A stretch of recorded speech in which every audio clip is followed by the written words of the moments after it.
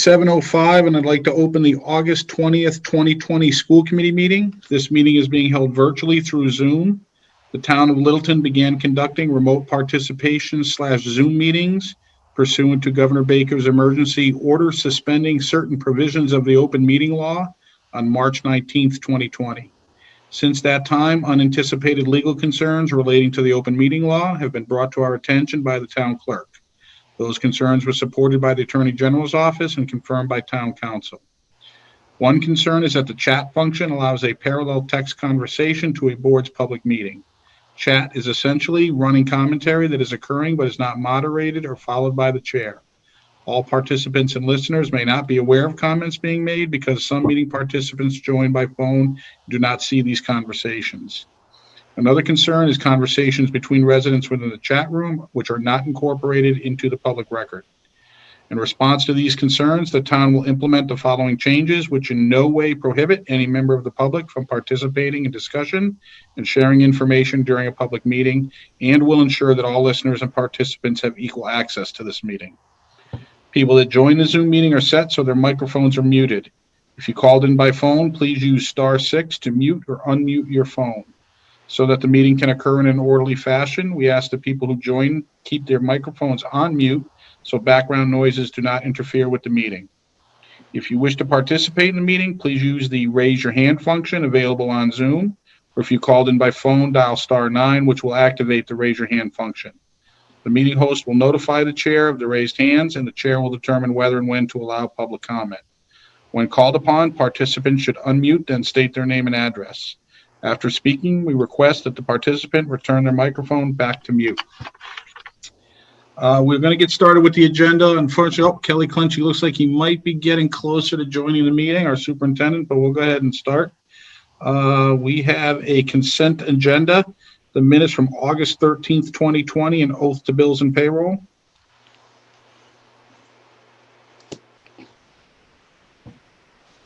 I'll move to approve. Second. Motion made and seconded. Any discussion? Hearing none, I'll remind everyone that all votes online during these Zoom meetings are roll call votes. I'll start with Brad. Brad Austin, yes. Matt. Matt Hunt, yes. Timolin. Timolin Rossius, yes. Thank you. Justin. Justin McCarthy, yes. And Mike Fontanella votes yes as well. We are going to start the meeting with input from interested citizens. We will have other sections in the meeting. The last couple of meetings, we've basically been every agenda topic. After we've presented it and discussed it amongst ourselves, we've been opening it up for input to interested citizens. I think it's worthwhile to continue that for the time being.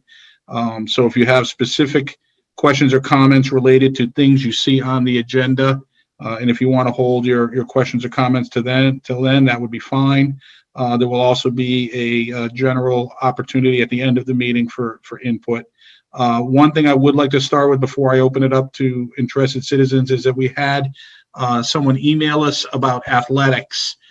So I just want to let everyone know the specific question he had was whether remote students would be eligible to participate in athletics if we do have athletics. The answer is yes. Remote students are still students. We would not be trying to curtail their participation in any extracurricular activities, including athletics. Direction from the MIAA, the Massachusetts Interscholastic Athletic Association, just came out yesterday on what they think they're going to do for the fall season. They are anticipating trying to have a fall season in most sports. I think football is the only one that won't be participating in the fall. The other fall sports, soccer, field hockey, cross country, girls volleyball, golf, things like that, they are trying to get them off the ground. There will be significant changes to the way contests are conducted, and those are still being finalized.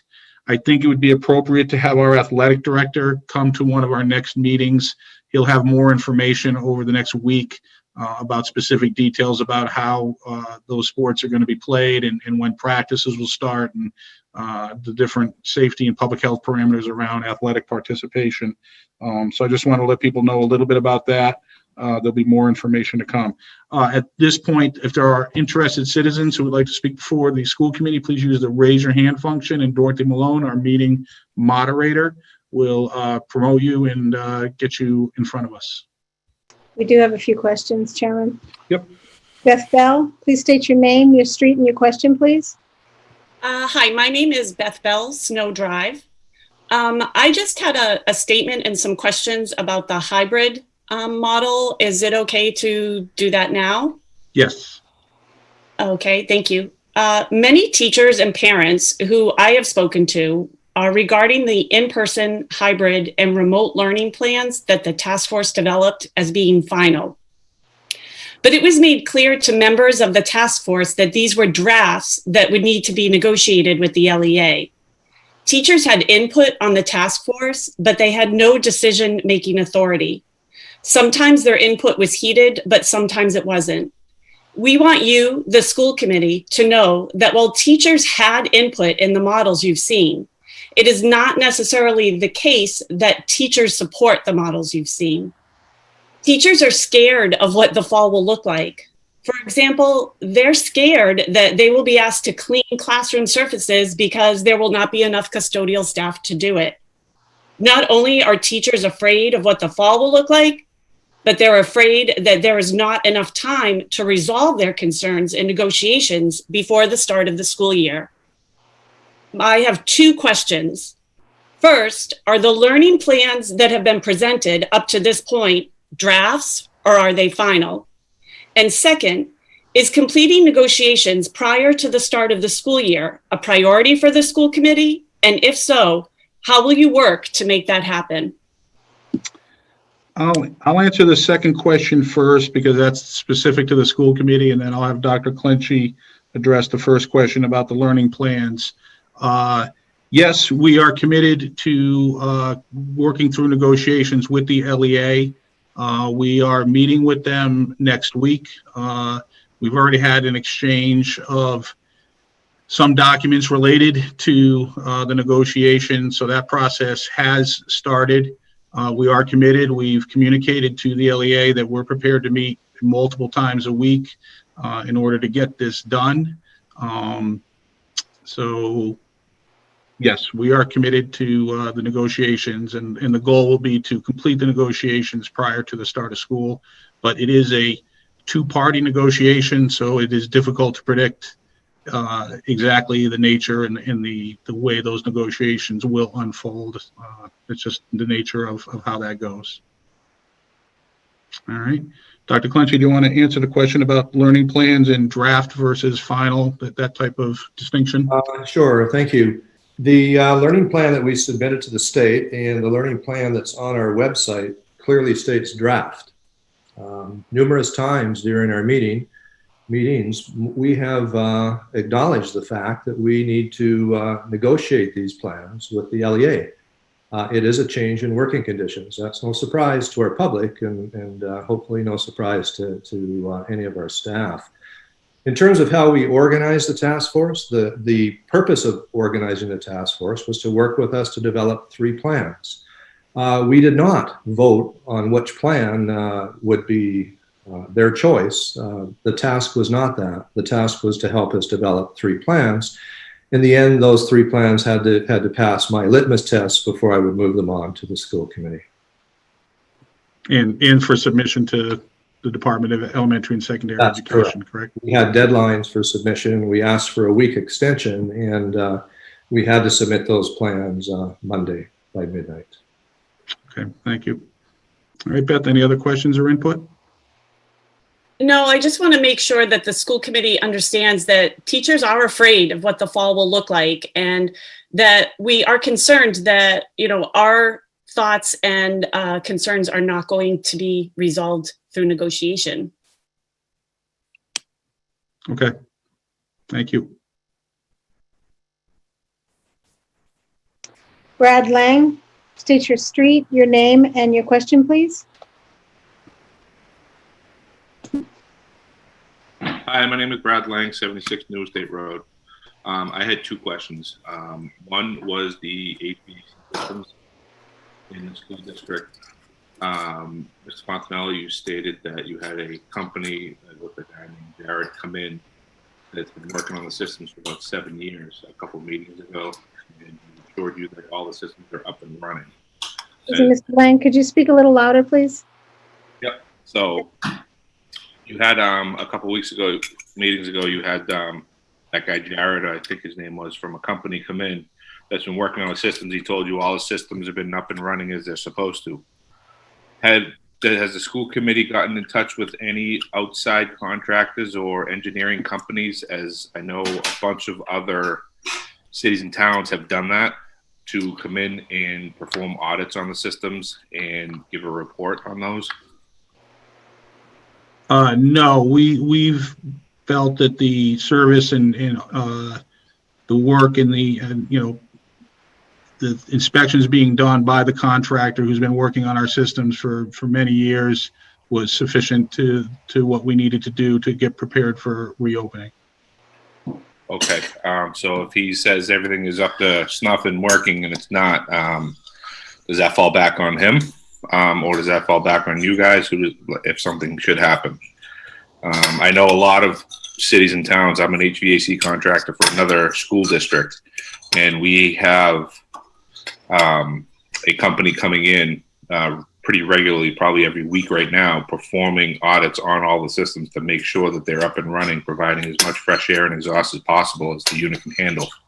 Right. So our contractor is on site on a regular basis. It's not like he came in and did the inspection and then left, and we're just got our fingers crossed that nothing breaks down. Our contractor is on site week by week, both anticipating, doing work that needs to be done on a regular basis, but also dealing with, devices that need to be, that break down or start slowing down, they get updated.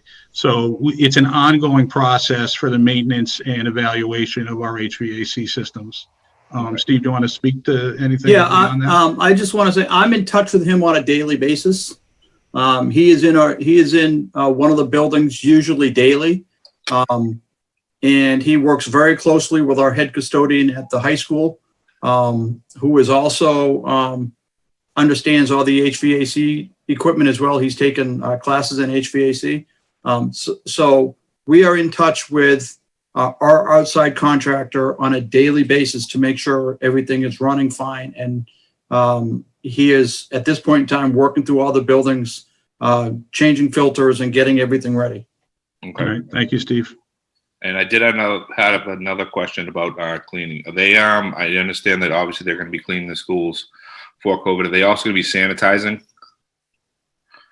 Yes, we are. We have to work out that schedule based on what the student schedules are going to be and the teacher schedules are going to be. But yes, we will be disinfecting. You don't know what chemicals they're going to be using, do you? Yes, I do. I won't go into them here. If you want, we will publish and put on our website our cleaning program when it's finalized, and that'll have the list of the chemicals in it. But Brad, if you want to contact me separately and send me an email, I'll be more than glad to discuss that and give you all those chemicals. That'd be fantastic. What and I just want to say all of the chemicals that we're using, every chemical that we use in the building every day, and we have been for years, is on the EPA certified list. Okay. And I take it that they're going to be also cleaning and sanitizing all the buses as well on a daily? Yes, we are. Okay. And that's it. Thank you. All right. Thank you, Brad. Joanne Derry, state your name, your street, and your question, please. What? Oh, Brad, yeah. Joanne? Sorry, Joanne Deary, Harwood Avenue. During the school committee's time for public comments, the committee does not allow any questions or comments from Littleton teachers who reside outside the town of Littleton. And this custom is far from universal within Massachusetts. Joanne, we've never specifically stated that as a policy or communicated that in any way. I don't know why that's an assumption. Actually, it's been communicated to me in meetings. So if you just let me finish my question, I'd be grateful. The custom is far from universal within Massachusetts, and some committees do allow public comments from teachers like Maynard, Air Shirley, Milford, Bellingham, Somerville, and there are a lot of others. By excluding teacher comments, the school committee deprives taxpayers and parents from hearing the thoughts of our educators. And I'm wondering, what is the perceived win for taxpayers by excluding the input of our public school teachers? Why does the school committee choose to deprive us of hearing the views of Littleton educators? Again, I'll reiterate the statement I made a moment ago. We do not have a policy excluding input from teachers who are not Littleton residents. Oh, excellent. So that means like if people want to make comments tonight, they would be permitted to do so? In 14 years, I don't think I've ever told a single person who's spoken at a school committee meeting that they're not welcome to make the statement that they've come to make. I had one, but it died. Thank you for that clarification. You're welcome. Eileen Wiedengartner, state your name, your street, and your question, please. Hi there. How you doing tonight? Great. I'm calling because I'm asking a question because I know that parents have until Monday to decide whether they're going to do remote learning or not. And we've been asked to commit to that for a full semester or a full trimester in Russell Street and the middle school. And I'm just curious, are we going to get more clarification before we have to commit to that? Because right now everything seems really nebulous and there are a lot of unanswered questions for parents, and you're asking us to sign up for something and we don't know what it looks like. And I'd like to know what it's going to look like before I sign up for it. And if I do sign up for it without knowing what it looks like and it doesn't work, what are the ways of rectifying that before the end of the trimester? Because you're asking me to sign on to something and I have no clue what I'm signing on to. It's regrettable that you feel like you have no clue to what you're signing on to. I mean, we've really tried to get the information out. We've had our regular school committee meetings. We've had public forums that were specific to each school to go over the various learning plans. I think that if you still have questions on your own mind, that you're welcome to reach out to the principals of the schools that your children may be attending in the fall, or reach out directly to the superintendent, and they will try to answer those questions to the satisfaction that you need to be able to make your decision. Unfortunately, we need to move forward. So in a general sense, we feel like we have to start getting a sense. We do have to get more than a sense. We have to get specific ideas about what our cohorts are going to look like so that we can plan accordingly. So we're certainly open to providing more information, but we need to move forward while we're trying to do that. I understand that, but I know, one, I'm not the only one in that boat, and I have reached out to people, and there are still a lot of questions I have. I want to thank Dr. Clenchy for forwarding me the model that they would be using for the hybrid education, and what the classroom would look like. That did provide some clarification, but there are still a lot of real details that, as a parent, I would like to know before I send my kids, one of whom is immunocompromised, to school to make that decision. Like, I like every other parent in town, I want my kids to have the normalcy of school. But I'm not feeling real safe right now. Brad, do you want to chime in on that? Cheers. Yeah, I think to Eileen, I think in some ways we share your frustration. We're all just trying to figure this out. At the same time, as we mentioned earlier, I think Dr. Clenchy said and Mike said, we had to prepare draft plans on a certain timetable for the state. Those are draft plans that, as we saw over this last week, are still being modified, especially in the Russell Street model. But those have to be negotiated and bargained with the LEA, and in some ways it's tough to put the final details in place until we know how many students will be opting to use that versus a full remote. So we're absolutely sensitive of what you're saying, Eileen. We feel it too. I've got 2 kids we have to make a decision for, but a lot of it, there's all these feedback loops. Right now, in particular, we've submitted pretty detailed plans to the state. We've vetted them in 20-something hours of public meetings over the last couple of weeks. But we have to negotiate with the LEA, and we have to get some real sense of the participants before we can lock down the final details. We all want the details, and that's assuming the public health data and the science doesn't make us change things otherwise. I appreciate that, and I appreciate the hard work everyone's been doing. And I know that the principals and the super and school and teachers are really between a rock and a hard place. I guess my issue as a parent is you're asking me to commit to something based on a draft. And to me, that seems like, I don't know, how fair is that? I mean, I can tell you where I'm leaning. I can tell you what I want to do. I can tell you where I really feel like I want to be. But if it falls flat on its face, what's my recourse? I would just say that I absolutely feel you for that. At the same time, it's impossible for us to move beyond the draft until we get a better sense of what the participation rates will be. So that's just where we are. I'm sorry. Okay, so what you're telling me is that chances are if a parent chooses remote, because we know that if a parent chooses hybrid, they can really go to remote at any time.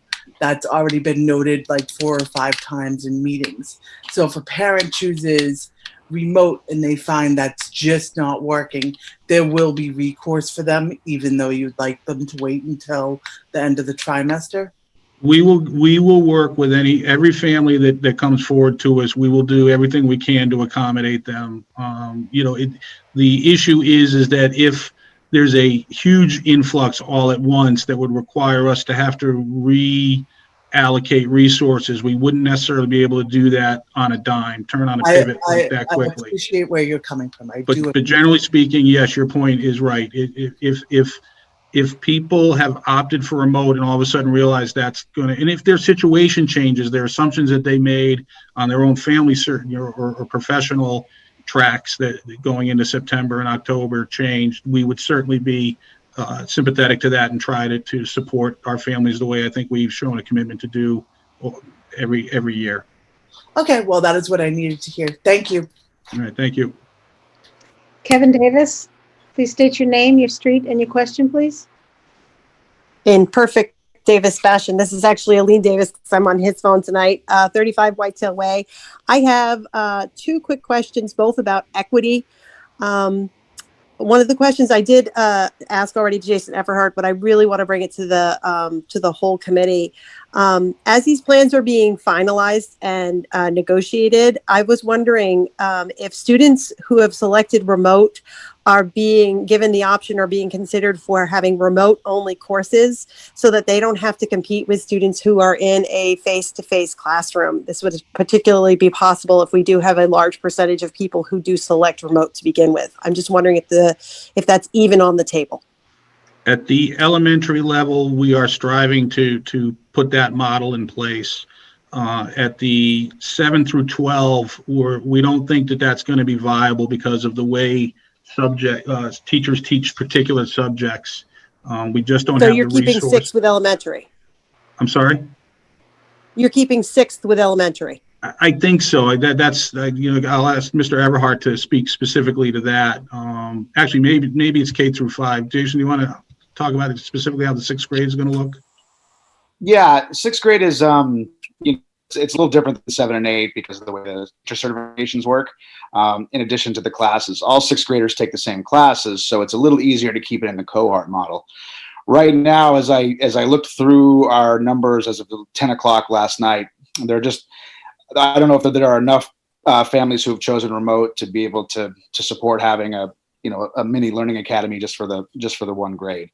I guess. But if you did get enough, that would potentially be on the table, Jason. I hate to say yes or no because I really have to look at the numbers. It's such a it's such a numbers driven thing. I have to plug into the schedule and look and see what I have and how things work. So I'd love to give you a yes or no. I just can't, because it's a numbers based thing. I don't want to promise you something I can't deliver on. I'm sorry. Eileen, I will That's fair. say As long as the answer wasn't an out and out no, Yeah. I'm good. Yeah. Right. Eileen, I appreciate your point. We agree that for the remote students that are remote all the time, having a devoted teaching resource is the best way to do it. And if we can make it work at various grades and permutations, we will try to make it work. If we don't, it will be because we're just constrained by resources or numbers and critical mass and things like that. Understood. I appreciate that. My second question is in regard to the fact that there have been several discussions about outdoor activities, things happening under a tent, things happening outside in the playground areas and the grassy field areas. And again, going on the idea of equity, what's the plan for having the remote students engage and participate in these activities? Can the Wi-Fi actually get out there? Are there going to be abilities to record and bring that information inside? Or is that going to be an activity that a remote student would not be able to participate in? Thank you. I'll ask the superintendent or principals or curriculum coordinator to I can start, and then if the rest would like to add, that would be fine. Our intent is, if we use outdoor spaces and it's something that we would need to replicate with remote learners, we would either record or find a way to replicate it. I don't want people to think that if we're using outdoor spaces, we're going to disadvantage any students. I'm really hoping tonight that when we do our presentation in terms of what our hybrid model looks like in the eyes of a student, that you're going to see that both remote and in-person learners are getting equitable learning experiences. We set up some rooms. Our leadership team tested it out last night. We had some school committee members with us, and the comment that I received, and I believe, is that the remote learners were when we were running the trial, felt like they were engaged with the rest of the class. So I'm hoping that helps. Fabulous. Thank you very much for your attention to that. I appreciate everything you guys have been doing to get this up and running. Thank you. Yeah. Laura Beltrami, your name and your street and your question, please. Sorry, that was an accident. I don't have a question. Oh, okay. Where are we at? CG, please state your name, your street, and your question. Hi, this is Chris Geehan, 7 Macintosh Lane. And my question is this: so I know we're up against the clock, and I know there's a lot of complicated moving parts. My question is, when we get closer to school, will there be an opportunity, and I apologize if this sounds stupid, but to have a dry run of, let's just say, the connection between the remote learner and the teacher, or the hybrid sort of scenario where the teacher will be using technology to connect with those students, cohorts that are at home. And you may be up against sort of, collective bargaining or prohibitions in the contract, but that's my only question. Thanks for your time. Yep, Michelle, go ahead. So I'll just mention that last night when we did the run through for school committee, the principals and I were talking about offering up the PD time that we have ahead of time for the teachers to engage in that, not so much the students. I know that was one of the things that we were going to provide for staff, was to allow that time to go through what we did, sample teachers, sample students. I don't know that we had discussion about bringing in the students in, just because of the time crunch to get the building ready and provide staff with PD. All right. Anybody else from the administration that wants to address that?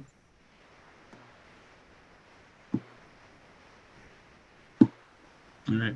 Chris, it's an interesting question. I will ask the administration to take that under advisement and see if there's something that they can come back with and let people know if there's a potential opportunity for something along those lines.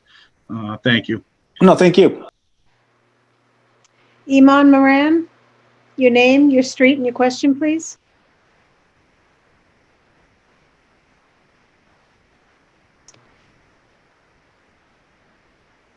Iman?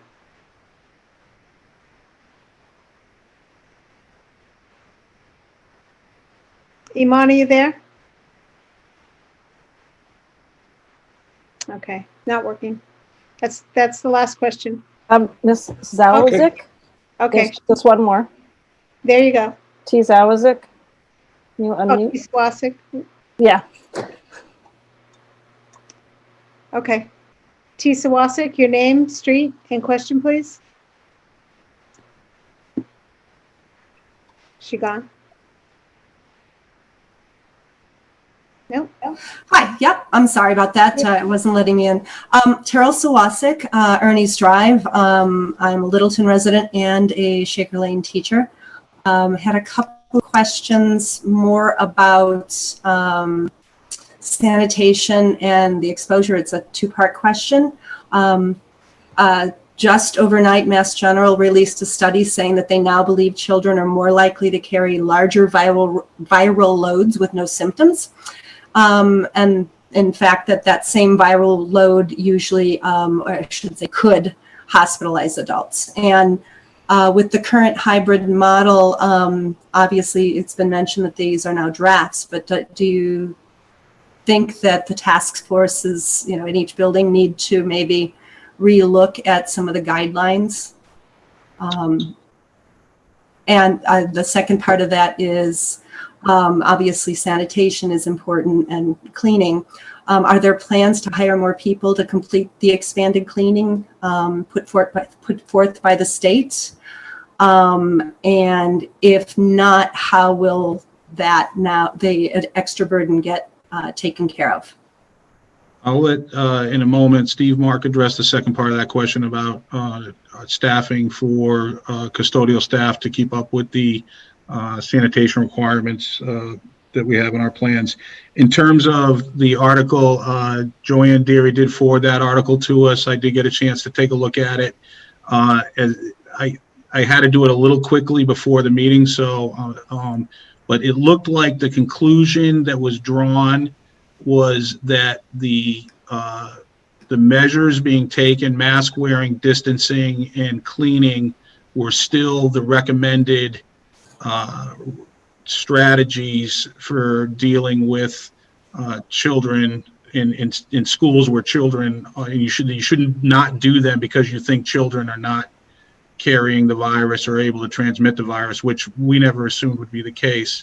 They also advocated for testing, which we've talked about. We would like to see testing. We would like to take advantage of testing. It's just not available. The governor put out a news release today that testing will be available for schools where potential outbreaks are already occurring. So it's a reactive model, not a proactive model. Right now, based on that one article that was forwarded to us from Mass General Hospital, we don't think that, based on what I read anyway, that we need to revisit, other than to commit ourselves to executing on the strategies we already had that were designed specifically to meet those issues. Brad, do you want to go ahead? Yeah, I just wanted to add, I had read that article earlier today, and its preliminary conclusions can be pretty troubling. I think this gets to my point earlier, I think in response to Beth Bell's question, that we're just going to have to stay on top of this. We're going to revisit this every week. We're going to be looking at the public health data, which I think Micah will tell us about in a little bit. But the science is changing. Our understanding of the virus is changing almost daily or hourly. And it's our responsibility to keep that in mind as we make decisions moving forward. And we appreciate people who highlight articles for us and who are going to help us do that. Thank you. I appreciate both of those answers. I guess just as a follow-up, but the task force, some of the details with regard to the cleaning protocols, I know there's the state that has a lot of expanded guidelines, but the specific details are, I believe, yet to be worked out. Is that something that the task forces will be working with? Dr. Clenchey, go ahead. Thanks, Cheryl. I'm glad you brought that up. We are keeping the school-based task forces intact for the rest of the summer, and most certainly those are areas that they can look at. I also wanted to mention, Terrell, that we're reading a lot of articles as well. We're following the health metrics.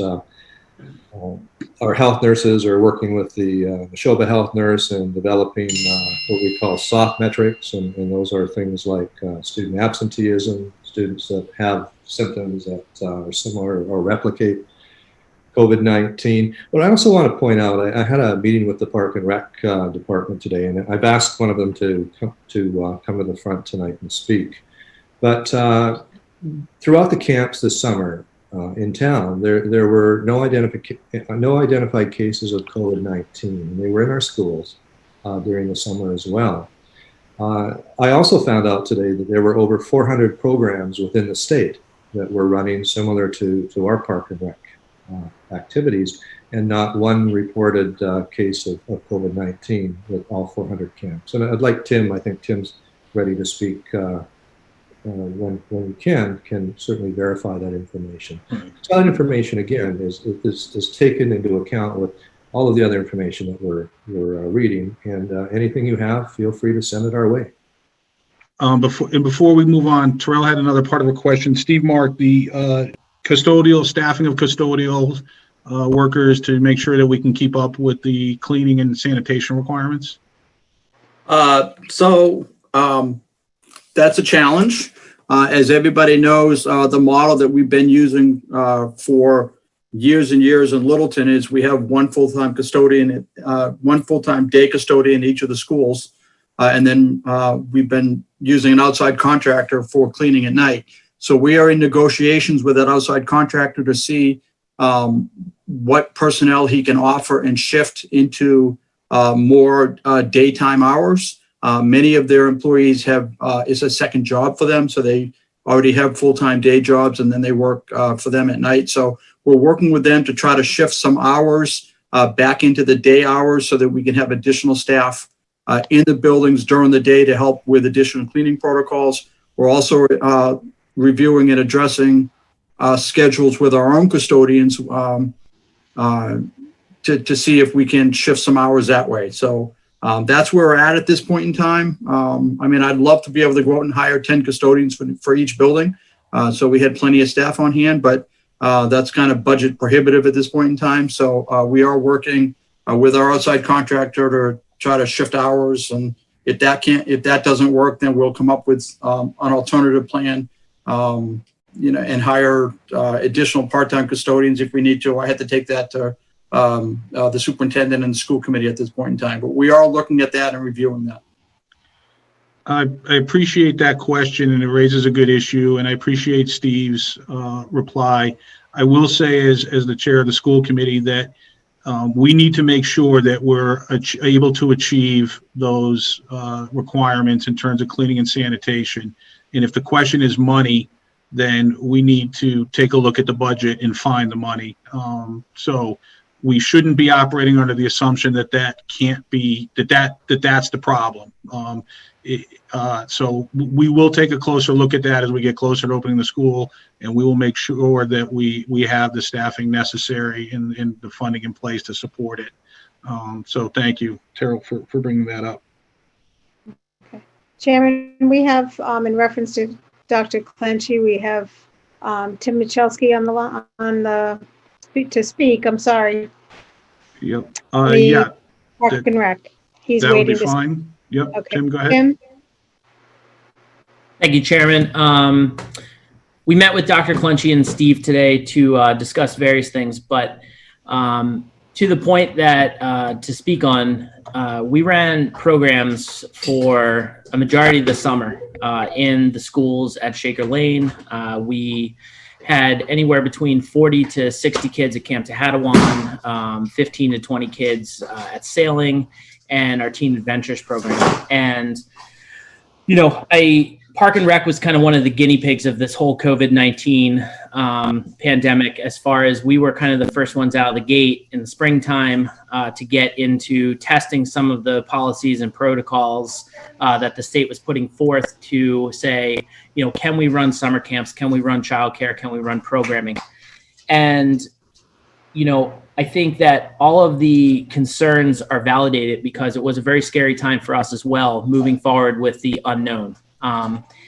And to the point that Dr. Clenchey was making, we went into it We did it on, kind of a wing and a prayer at some things, learning by, we planned 6 months out. We were planning 6 days out. And the reality of the situation is we all banded together. We're part of a 400 municipality program, the Massachusetts Park and Rec Association, that includes recreation departments like Danvers and Boston and all of the Cape and the islands, which are seeing, huge numbers right now.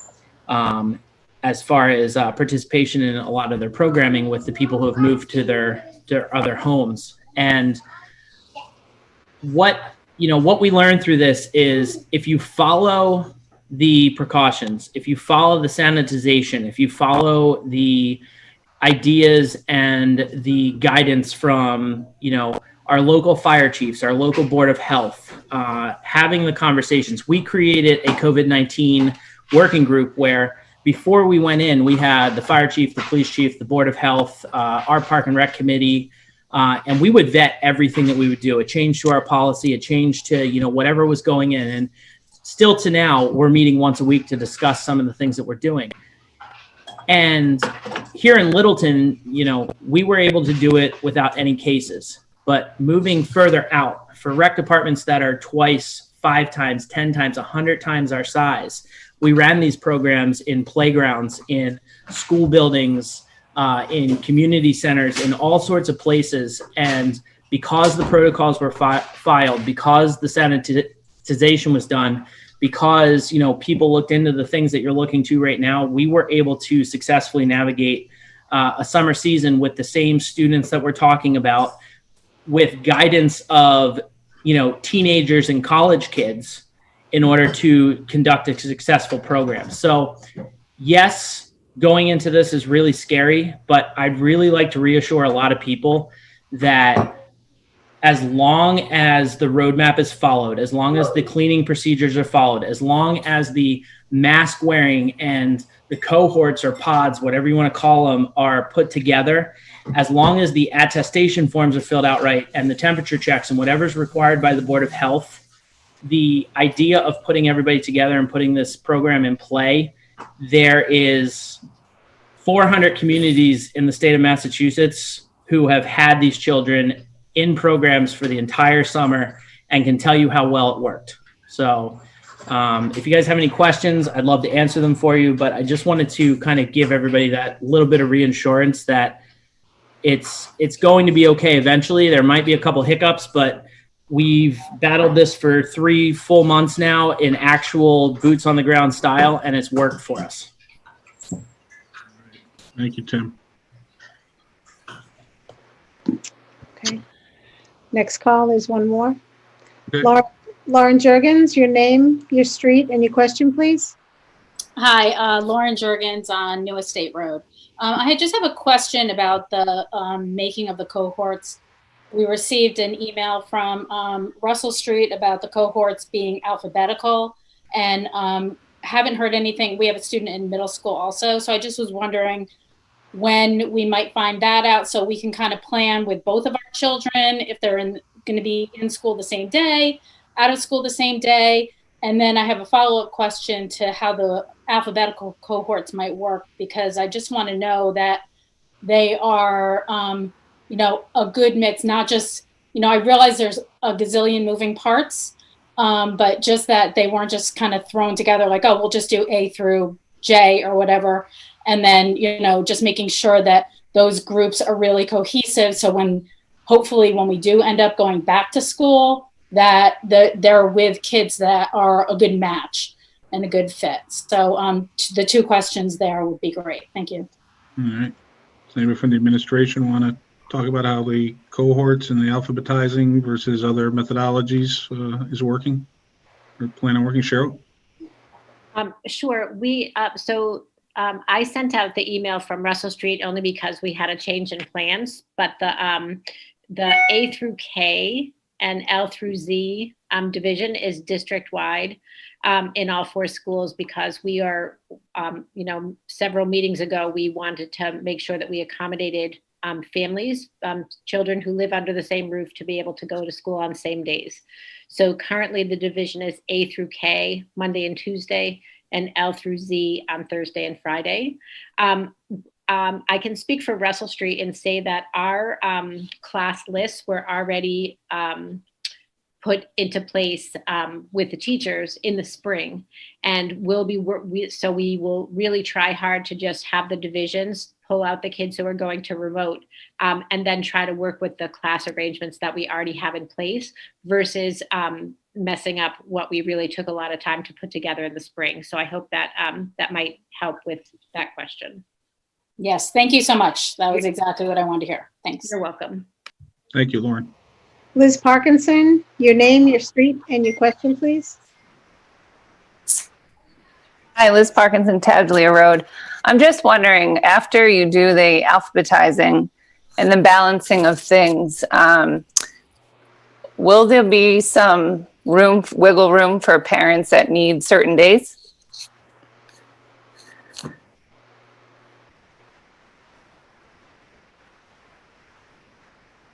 Any of the administrators want to go ahead, Michelle? Yep. I'll start. Liz, I think as a parent and as an administrator, I'd love to say we would really like to do that. But as those requests are coming in fast, furious, and numerous this week, I think it's going to be extremely difficult for us to meet that request. And it breaks my heart. I wish we could. I wish we could help families. You know, I'm a mom. I'm dealing with the same thing with my two boys. But the number of requests that are coming in really are leaning towards, I don't know that how we can do that, provide balanced classes, you know, heterogeneous classes, and keeping all our families on the same schedule. So I just don't think I don't know at this moment. I just foresee it being very difficult. Yeah, I know it's going to be virtually impossible to meet everybody's requests. I guess I'm just wondering how you will even go about the process of that balance, because you might not have that balance with the alphabetizing. Well, if I could just add a piece, we were talking with some teachers on the task force a little bit ago, and when we were talking about the A through K and L through Z, you know, a possibility of that as a division, one of the teachers said, well, when I look at my class list, there's, you know, 17 in the A through K and only 7 in the L through Z, for example. And so in that situation, if we ended up with something that imbalanced, we'd be looking to take some kids from the A through K in that teacher's classroom and find another classroom that's light on the A through K and kind of move a cohort from one to the other versus taking kids from the second half of the alphabet and putting them in the first half of the alphabet, if you understand what I mean. I do, thank you. So we would be kind of balancing within our cohorts within the building once the remote students are removed from the lists. Thank you, that's really helpful. I just want to reiterate what Michelle said too. It has been just really, really difficult since I put the Russell Street email out on Tuesday. I have just gotten flooded one after the other with requests, and Michelle and I have been commiserating about how difficult it is to know with all likelihood that we will be unable to manage the requests. They're just too numerous, and some are very complicated to try to fit community pods together and things like that. It's very, very challenging, and you know, it's upsetting to think that we're leaving people kind of out on a limb, but I agree with Michelle that it will be really challenging to try to work those out. I completely understand the challenge. Just thank you very much for clarifying that, because it just helps, I think, families to really say, like, okay, you're Monday, Tuesday, start planning for Monday, Tuesday. I'm not going to hold any false hope for a different day. Thank you. Thank you, Liz. That's all the questions now, Chairman Fontanella. Okay, great. Thank you. All right, we're going to move into new business. The first thing we're going to talk about is remote learning registration. Beth Steele is going to talk about that, our Director of Curriculum. Sure. So with regard to the remote learning registration, an email was sent out on Monday, August 17th, as well as a robocall was done notifying everyone of the remote learning registration. And so within that email, there was a link to a Google form in which families could register their child or children for remote learning. important to note that you only have to complete this form if you are opting out of the hybrid model and preferring to do the remote only option. If you do not complete the form, then we have you on our hybrid model list. So just want to make sure that clarification is stated. So as of 7 p.m. today, this evening, we have 251 responses on the Google form. So at this point, what that means is that about just under 15% of our district has registered for the remote learning option. And we ask that anyone that wants to register for the remote learning to do so by completing the form by Monday, the 24th at noon. And again, the link can be found in the letter that was sent on August 17th, this past Monday. All right. Any school committee members have any questions or comments on how that's working? Okay. Next on the new business, Board of Health. So I just want to update the school committee and the community. We have arranged a chair-to-chair meeting for Monday, this coming Monday at 1 p.m. And at that meeting, the goal will be to figure out what's the best way to put a forum together, a joint meeting between the school committee and the Board of Health that will allow both boards to communicate how they're going to function together and how their administrations are going to function together as we get ready to reopen school. And it will allow the public to attend that meeting, that public meeting, and get that information and also give us questions and input. Hopefully that joint public meeting will happen either next week or early the week after. It's just going to be a question of coordination and of schedules and things like that. But the goal is to make it happen in a timely manner so that the information that we can get out through that meeting and the questions that need to be answered can be done so with enough time prior to school opening. So that is that. Any questions or comments on that from the school committee? All right. Next is a update on the special education school-based parent forums. Dr. Clenchey and our PBS director, Lynn Snow.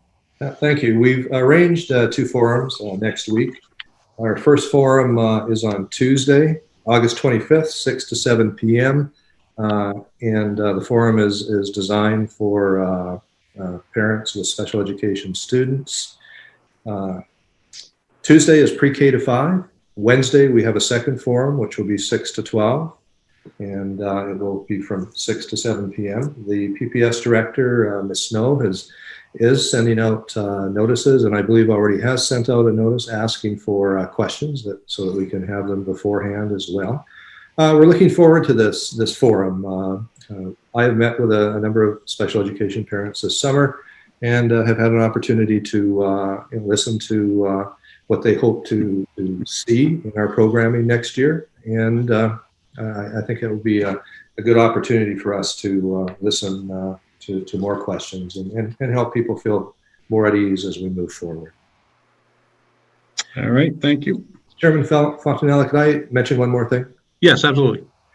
Today, I met with the Park and Rec department along with our business manager, and we had a real good meeting. And the focus of the meeting was on seeing if we could find some way to support parents who have children enrolled in the hybrid model and are having trouble balancing work and helping their children with hybrid learning. We are working with Park and Rec to try to provide some services to those parents.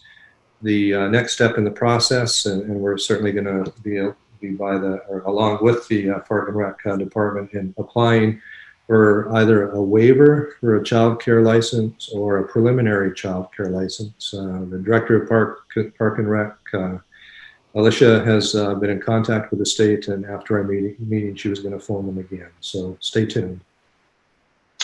Thank you. All right. Hey, Mike, before we move on, can I jump in real quick? Just a brief announcement. Lynn Snow and I were on a call with a lot of parents yesterday, I guess, and with someone from the state about reconstituting our CPAC. Since we're talking about special ed, just wanted to plant the seed in parents' minds that we're going to need an active CPAC community this year and moving forward. And we as a district will be, and a school committee will be facilitating the process to kind of reconstitute that board.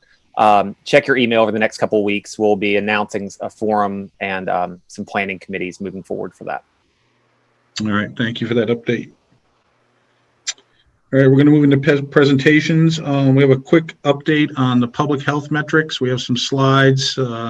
I know that Brad in particular enjoyed these so much last week. I thought I would revive them.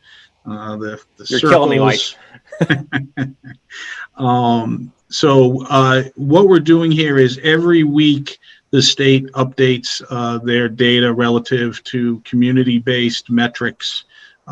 So we used those last week, and then they were updated late yesterday. They come out sometime after 4 p.m. on Wednesdays. So we downloaded the newest data and put it into the same tables that we reviewed last week. We will continue to do this. We will, these charts and things are in our packets, but our goal will be to get them up on our website. It won't be necessarily a full-blown dashboard type thing. It'll be very static, but it will be updated. The goal is to update it week by week. And as we gather more data, we now have 3 weeks worth of data. We can start to do some trend analysis as well that might be meaningful. But yeah, just go ahead and bring those slides back up real quickly, please.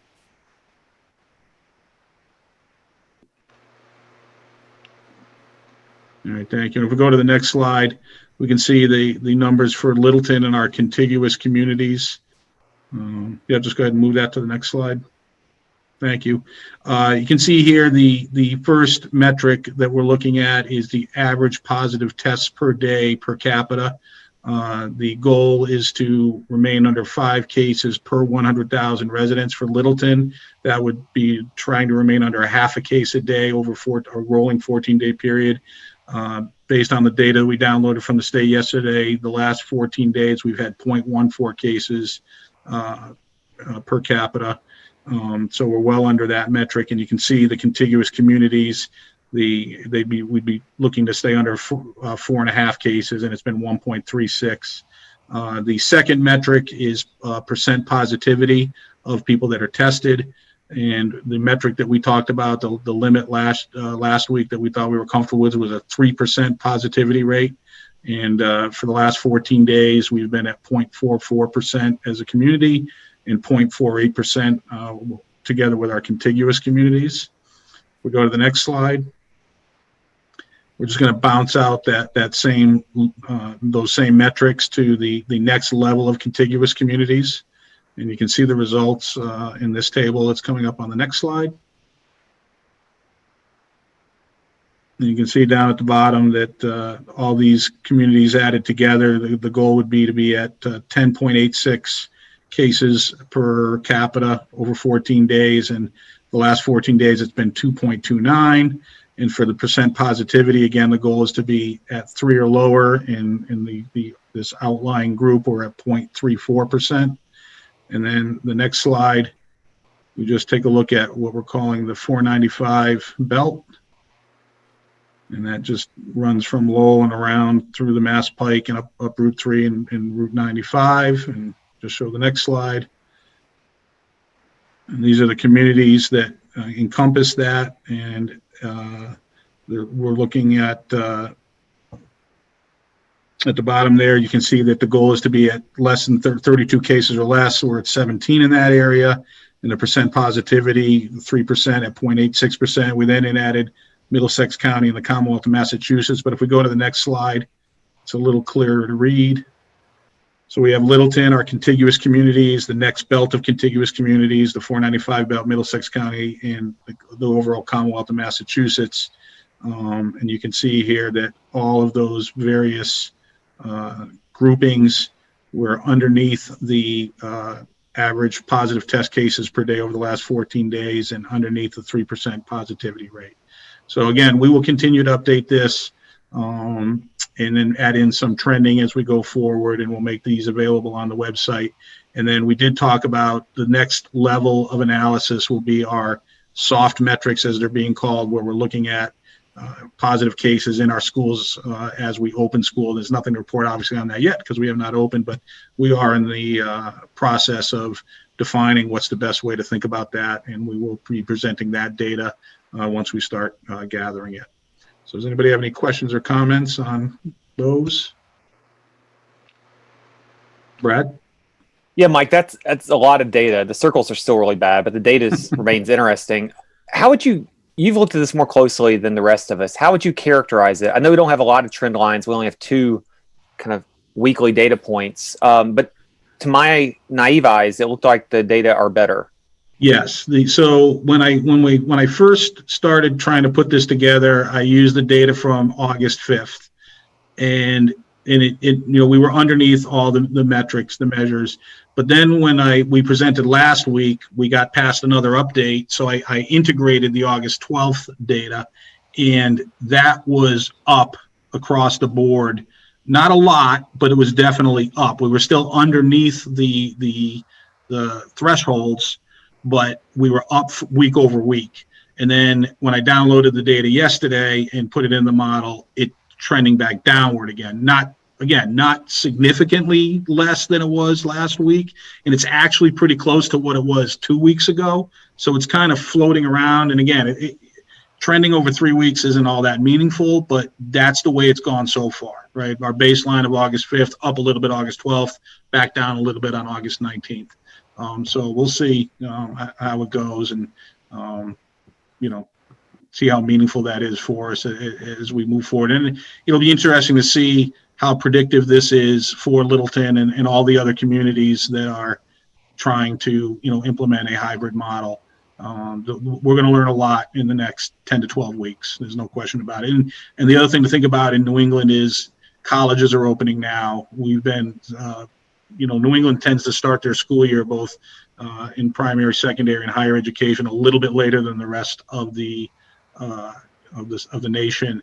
So we'll see what the impact is in New England from opening schools and colleges on these public health metrics. All right. Anybody else? All right. Thank you. All right. Dr. Clenchy is going to talk about the student experiences with the hybrid model. Thank you. Having had experience implementing distance learning models and hybrid model in a school district, I had an opportunity to really think about how are we going to engage online and in-person learners. Our whole purpose was to try to replicate the in-person learning experience as much as possible. I came across a model, Flynn's 2013 model, and it's very similar to a model that I implemented back in 2002 in a district. But what was really intriguing about this model is they designed it with the intent of having online learners feel that they're engaged with the other learners in the classroom. So our model has many similarities to that. And our whole goal was to make sure that our teachers felt comfortable, used instructional strategies that would engage both learners. As I mentioned, we did have an opportunity to test these models out last night, had some school committee members present and leadership team. We divided up into 2 groups. Half the group were online learners, the other half were in-person learners, and we did this in 2 of the schools. And I didn't hear a comment from anybody that was in that room during that evening that they didn't feel that they were engaged when they were in the online group. So that was kind of a nice test run, and we're going to continue to work on that and work with our teachers to make sure that they're proficient and comfortable with the equipment that we're using. So we wanted to put together tonight a presentation for you that would hopefully help you understand what the intent of the hybrid model is. And at this time, I'm going to turn it over to our Director of Curriculum, Mrs. Steele, to walk us through the presentation. Thank you, Dr. Clenchy. So this evening, as Dr. Clenchy said, we'll be discussing what the hybrid teaching and learning looks like, specifically with the student experience. And so before we jump into what the LHS hybrid model looks like, it's important to note that the hybrid model of teaching and learning is not new to the education world. Some institutions and communities have been using the model effectively for years. And so we want to bring one example forward. So on the next slide, this model, as Dr. Clenchey referred to it, is put out by Mike Flynn. So Mike Flynn is a former grade 2 teacher and currently the director of mathematics leadership programs at Mount Holyoke College, and is also a distance learning trainer. And so this article that we're speaking to right now, the title is Shifting to Online Learning in the Classroom. It was published on August 13th of this year on ASCD. And in the article, Flynn shares his dynamic hybrid learning model. And so it's a model that blends online and in-person students for live interactive learning. And it's a model that is filled with integration, that has full integration of online students to make them feel like they are part of the class with their teacher and with their peers. And it's also a model that allows students to follow the flow of the lesson. And so in this model, the dynamic hybrid learning model that Flynn speaks about, the teacher is able to create one lesson plan because they're able to work with online and in-person students at the same time. And as we walk through this presentation, we're going to be able to see how that is possible within our Littleton schools. With regards to the technology needs, in the article, Flynn makes it sound super easy and just says a way to connect the online students to see and hear. And our technology department, big thanks to Julie Lord and Natalie Croto, were able to demonstrate the technology need to make this happen last night as we went through this experience. On the bottom right here, you can see a classroom design. This picture comes from Flynn's article. And it shows the setup that he had. And so while this is the setup that he had in his dynamic hybrid learning, we'll see some similarities that we were able to pull and use within our classrooms as well. And so we'll see those similarities throughout. On the next slide, what we want to do yesterday was provide an opportunity for school committee members, for our admin team, to actually walk through the experience as though they were students. And so we got on a bus, thanks to Chris Whitcomb for driving us around town last night. We traveled to 3 out of the 4 buildings. And as I continue through the presentation, our principals from each building will jump in to also join with me in sharing about the experience at their own building. And so here you can see some of our leadership team on the bus, and you will see that they're socially distanced, and that is marked by tape that were put X's where we were not able to sit. So we were able to sit in the open spaces. And then everyone is also wearing the masks. On our next slide, the first stop we made was at Shaker Lane School. And at Shaker Lane School, we walked up and into a 2nd grade classroom. And so we entered the building appropriately. As Principal Kane has mentioned, the 2nd graders will enter up through where the preschool hallway typically is. And we walked into a 2nd grade classroom. And Michelle, you can jump in at any point here when I'm talking. So in this first classroom that we went into, this classroom had more desks, and it was to show that there could be enough desks within the classroom for all students to have their own desk, although acknowledging that not all students will be in the classroom at the same time.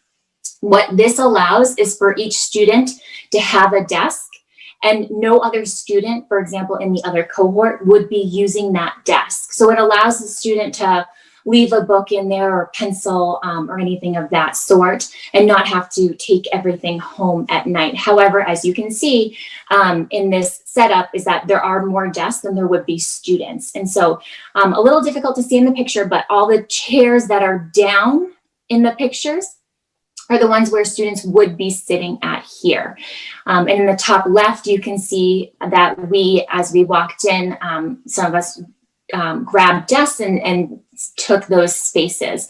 And Principal Kane was able to give us some explanation of this space. I'm just going to jump in, Beth. Of course, that will not look like that when the kids come. The teachers are much more creative than myself and Miss Deacon. They'll probably have little blue cups or little, I know stealing that from Russell Street, but they talked about blue designating like the A cohort, yellow designating the B cohort, so the kids could identify color-wise where they would sit. Because of course that would be an obstruction in their view. But that was just to signify to the group where they'd be sitting that day. Does the next slide show the smaller configuration? Not yet. Okay. But we will get there. So as Michelle indicated later on in the slide, when we're still at Shaker Lane, we're going to show a different classroom that has just a different setup with regards to desks. There'll be less desks. And so we'll point that out in a few slides. The next slide, however, what we did was we wanted to really provide a mock lesson so that we could have the experience of that our students would have. And so we split ourselves into two groups. Half of us became the remote learning group and were put into a different space within the building. And half of us stayed within that classroom and we were the in-person learners.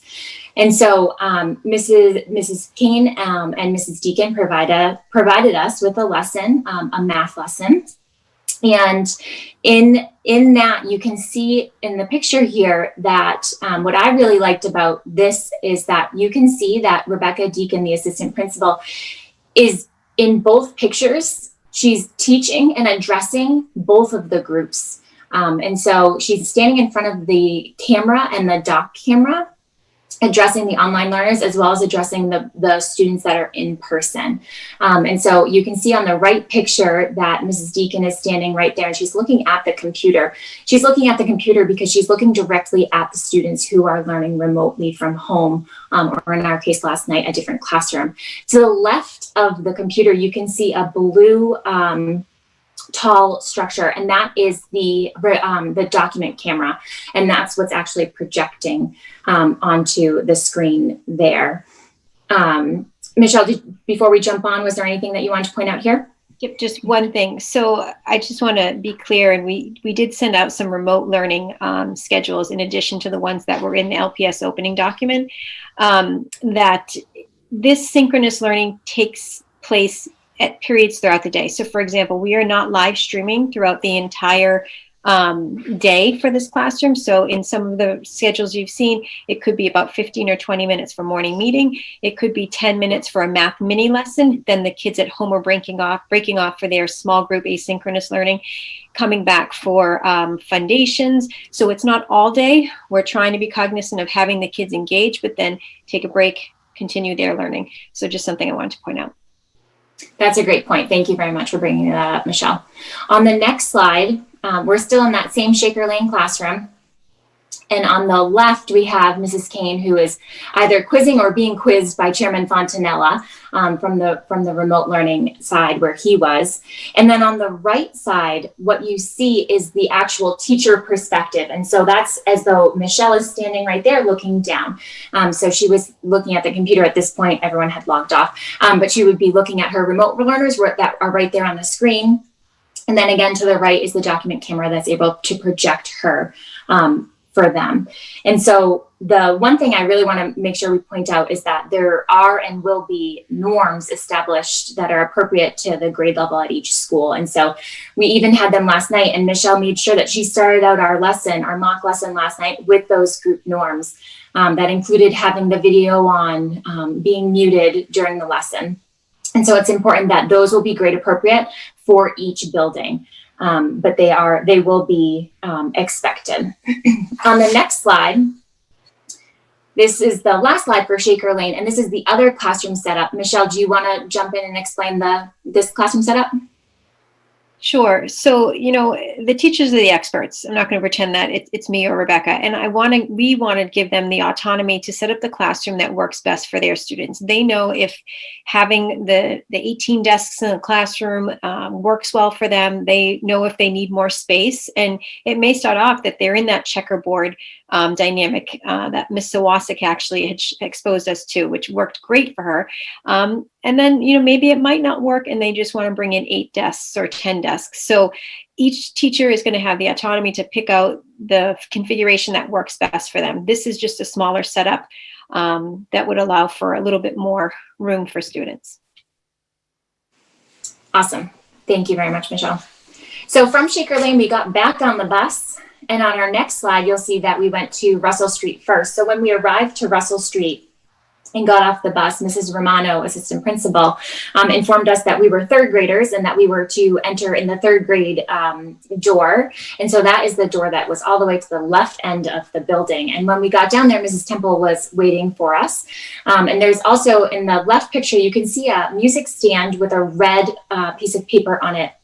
And that paper said, stop if you feel sick. And so indicating that there is going to be someone there as a checkpoint. And also as we walked into the building, Mrs. Temple also had hand sanitizer there waiting for us to make sure that we were sanitized properly before going into the classroom. And then we walked down and we went into a 3rd grade classroom. So on the next slide, you see on the left, it is empty. And Mrs. Temple had put pink cups on the tables to indicate where students would be. Cheryl, please feel free to jump in at any point. Sure, I'm happy to jump in now. So the picture that you're seeing on the left is very similar to what you saw at Shaker Lane. We just, Mrs. Romano and I put pink cups out to indicate where students would be sitting. Our goal at Russell Street is to, as many classes as we are able to put a full complement of desks. So each student has their own, and like Michelle said at the beginning, in her school, we want students to be able to have their own desk that only they sit at on Monday and Tuesday or Thursday and Friday. And this would enable them to be able to leave materials in there and not worry that somebody else was going to sit at their desk or that they had to remove everything before they came back. And in the most of our classrooms at Russell Street, we are able to do that. This classroom, you can see on the right, has 6 feet of distance between each desk. But even with that, the students are sitting every other. So there's considerably more space when students are sitting. So that's really our plan. And you can see at the top part of this picture that the teacher will be teaching from the whiteboard area in the classroom. Great, thank you, Cheryl. And so at Russell Street, we did not do a mock lesson because we had just had the elementary experience of a mock lesson at Shaker Lane. And so Cheryl and Andrea were able to bring us into a classroom so we could get the physical feel of what it would be like at Russell Street. Moving on to the next slide, we have Littleton Middle School. So last night, we were not able to visit the middle school in our trip, but we had some pictures, thank you to Mr. Everhart, of a classroom at the middle school. So we could still see what the classroom setup looks like. And again, Jason, please feel free to jump in at any point if you want to add anything. Yeah, I mean, when you go in, it's, the class size is fairly similar to what you saw at Shaker Lane. So we were able to fit 12 desks spaced, 6 feet apart very comfortably. You could see that we're in the process of getting rooms ready. So Julie Lord, one of our wonderful tech people, came in this morning and set up the camera to kind of give a sense of what that looks like. I offered to staff today, the opportunity next week if they want to come in and take a look, get a sense of the feel. One thing I will say is that it was helpful to see the setup, just because having never done this before, having the opportunity to see what the camera looked like, to see the positioning, really provides context as we begin these discussions with our staffs around this process. So that was very helpful last night. Thanks, Jason. The next slide, I believe, is the same classroom that we were just looking at, but from different perspectives. And so as Jason just said, you can see from on the left, this is from the teacher perspective, looking out into the classroom, looking out at the students who are going to be physically distanced and spaced out. Again, you can see the teacher's computer that would be there, as well as the dock camera. So same setup as the other schools. On the next slide, our third and final destination last night was the high school.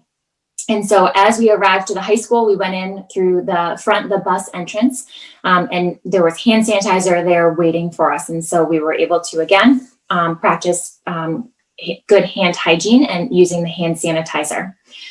On the left, you see the classroom that we went to. It is upstairs in one of the math classrooms, and the desks are spaced out.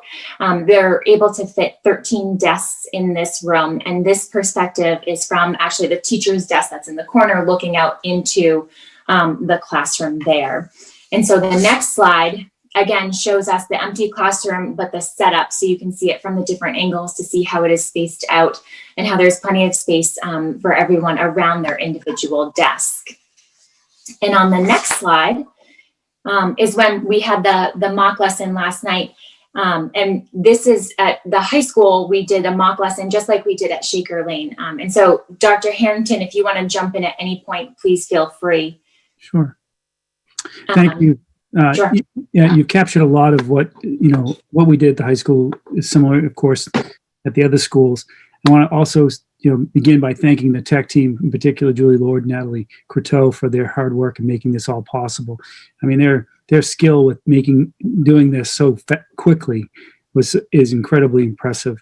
And they had the foresight to order lots of document cameras over a month ago, and the expectation that there'd be a real jam in the supply chain for getting these to schools. And so we have an abundance of them, I believe, district-wide to make this possible for the simultaneous instruction. As you can see in the picture to the left, you see some members of the administrative team sitting 6 feet apart or more in some cases because we weren't fully occupied for that particular scenario. But there was adequate spacing, as Mrs. Steele has pointed out. Students would be just to let the public know, students would be in assigned seating, and that's important at all the classrooms that they'll be assigned to the same space. We do rotate, of course, with our mods, so kids will be leaving the room and then coming, and new kids will be coming in for the next mod after a transition time. So there needs to be a protocol for wiping down the desktops, and that there actually, you can see it right behind me, and next to Jason there is the hand sanitizing wipes. We have I believe I know actually I confirmed this today, we have enough adequate supply of that to get us started through the first quarter of the school year and beyond. So we'll have that ready, but that'll be part of a new process for us to get used to. We're all adjusting and adapting to this, and we all have to do our part to kind of participate and help out at keeping the place clean.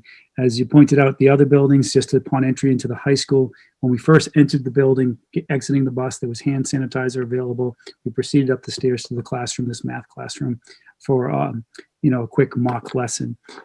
The camera worked really well because you can see we're actually very grateful that at the high school we have a lot of these rather large flat screen projectors or flat screen panels that you can see in the corner there above the teacher's desk.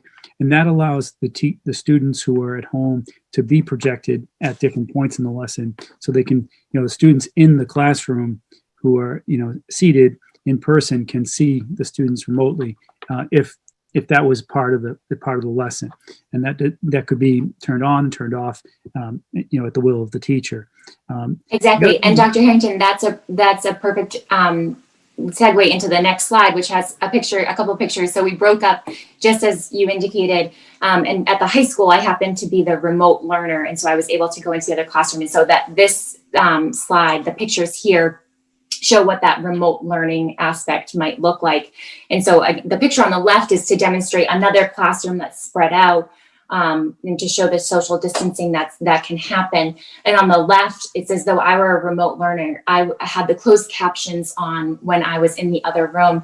And we made comments in the other room about how it was pretty clear we could hear without concern the teacher who was speaking. So when Julie was doing her mock lesson, we were able to hear her going on. And then she actually also, which was different from the Shaker Lane mock lesson, brought up a presentation on her computer and was able to share her screen. So we were able to see that presentation. And we kind of made note, the remote learners, that it was actually really easy to see the presentation as a remote learner. So it was helpful to have that experience as well there. Yeah, and just one couple of final points is just that when Julie was teaching or doing the mock lesson and looked right into looked right at the classroom, the way she had positioned the document camera was in such a way that it was like she was talking to the class, the actual administrators and school committee members in the room, but it looked to the person in the other room, the other math classroom, or the group of people, it looked like she was talking directly to them because of the way the camera had captured her. And just for people to know, our general feeling is that the camera will be primarily pretty much throughout the lesson. When it's on in the classroom for remote learners, will be focused on the board or focused on the instructional activity led by the instructor. It will be focused on the teacher and not on the students in the classroom unless that's part of the lesson. I think that wraps it up. I just wanted to add in those points and again, thank the tech team and thank you for these great pictures, Mrs. Steele. Yeah, I was practicing my photography skills last night. And although I will say I had help from assistant principals and principals who sent me a few more pictures, so thank you all.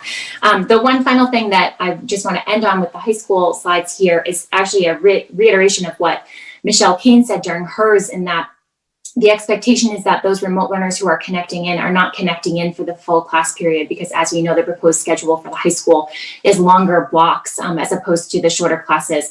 And so the connection would not be for that whole time. It'd be broken up into different timeframes, so that way no one is staring at the screen, nor does the teacher have to be standing in front of the screen for a full class period, which is a longer time frame. So with that, on the next slide, is it okay if I just add a piece, Beth, about that? Yes, absolutely. Very similar to what Michelle said, we're really looking carefully at schedules for students who are in the classroom and students who are home. So we make sure that, like, for example, today we are talking about when we have students that come to Russell Street, they need this a few minutes in the morning at the beginning of the day where they'll be getting ready, getting their materials out and things like that. But we want school to start at the same time for everyone. So students who are at home might be doing 15 minutes of a Lexia lesson or a Dreambox lesson on the computer as their beginning part of the day. And we're looking from morning through the afternoon to make sure that students don't have extended amount of times that they're expected to work independently, but also that they don't have extended amount of times that they're sitting at a screen either. So we're really being aware of how much time kids are sitting before they get to move, and that while some of the activities might be synchronous, some of them may not be, and we want to make sure that students at home or students in the classroom have activities that complement each other. So thank you for that. Yeah, thank you, Cheryl, for pointing that out and saying it gracefully. Lastly, I just want to say thank you, Dr. Harrington did it, but a huge thank you to Julie Lord and Natalie Croto, two of our tech leads, for setting that up on not super advanced notice, but they're pretty wonderful in that respect. So thank you to them for being able to set that up and do that with us last night. And then also for our leadership team and school committee members to actually join in and join us on that exercise so that we could have that experience. So thank you very much. Thank you.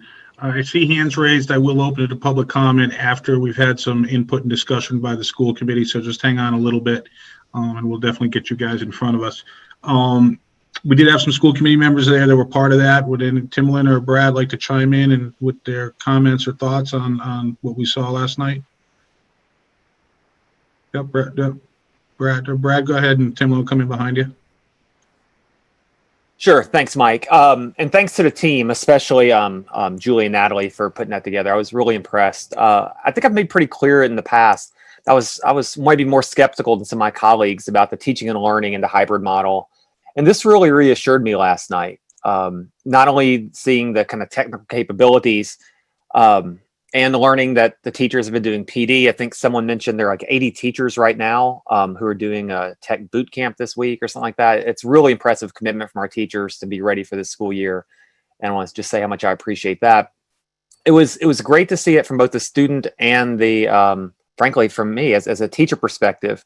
As a student, I was worried about how the experience would feel in the classroom with the teacher in the front, but also talking to a projector. And I forgot who said it. Maybe it was Mr. Harrington said it didn't seem awkward at all. It seemed like the teacher could address both the remote students and the students in the classroom pretty naturally, as long as that teacher learns to kind of stay within a certain kind of area where the camera covers both. The technology, being able to see my classmates, quote unquote classmates, on the screen who are in remote was really, I thought it was nice, and I think the students will appreciate that. One thing that's really important to me is when I was in the remote classroom, you could clearly hear the teacher. The teacher is wearing a mask, in some cases a really thick mask, but you could hear the teacher very, very clearly.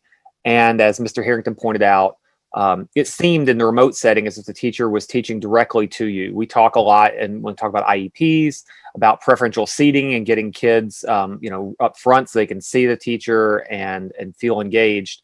The remote students will be isolated physically, but will also have this really up close experience with the teacher through this technology. I think that's something to recognize and to applaud.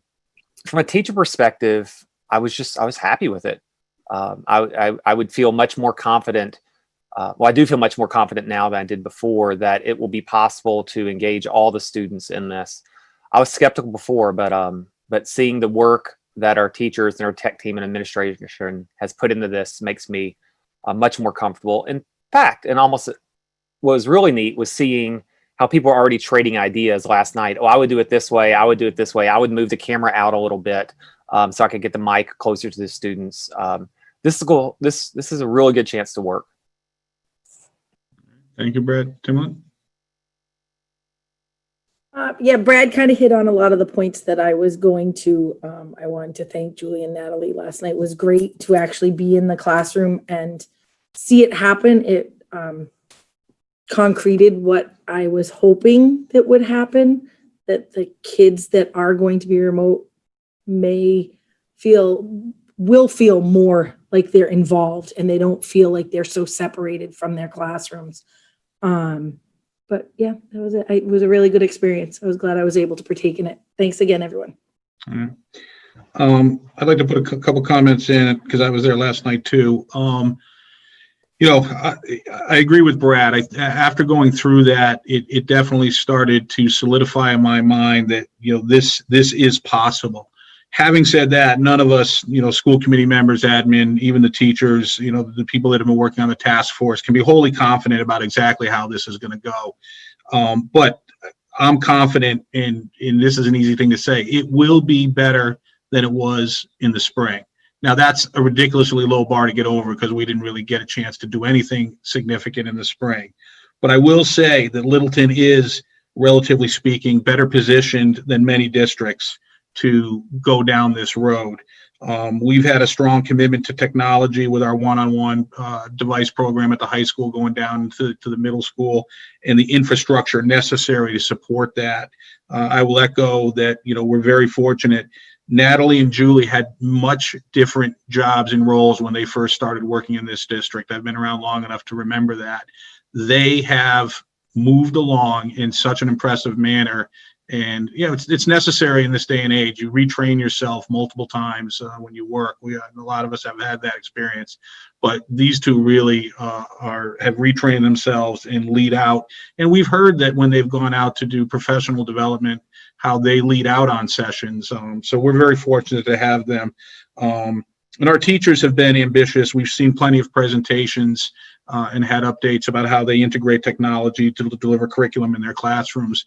And this is an extension of that. We are definitely not starting from ground zero in Littleton. And the fact that that's true is definitely going to help us as we strive to support our students, facing these unprecedented circumstances.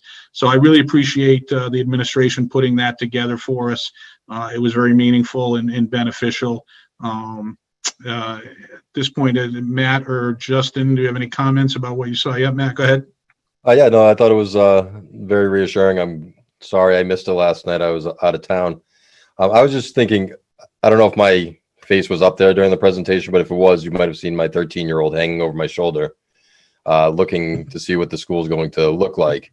So I don't know if there was any plan to kind of maybe even put like a video together for some of the students to reassure them what it's going to look like for them. Maybe a short couple-minute video from each school, something that we can send out to the parents to show them. I see Beth and Kelly nodding their heads. You guys want to chime in on that? Yeah, that's excuse me. That's something that we've been talking about, and we need to figure out a way to bring what we did last night to our families and our students. And I'm sure that it would certainly bring greater confidence when they were able to witness something like that. Right. I mean, we are all pretty picky and have high standards about what we feel would work. And I want to assure everybody once again that we wouldn't have recommended a hybrid model like this unless we didn't think it would work. I mean, we set ourselves up for success, and we're not afraid of challenges. But we all feel that the hybrid model will meet both online learners and in-person learners' needs. But Matt, thank you for bringing that up. That's something we need to figure out how to do. Maybe we can bring LCTV in with their experience with making videos and help make this happen.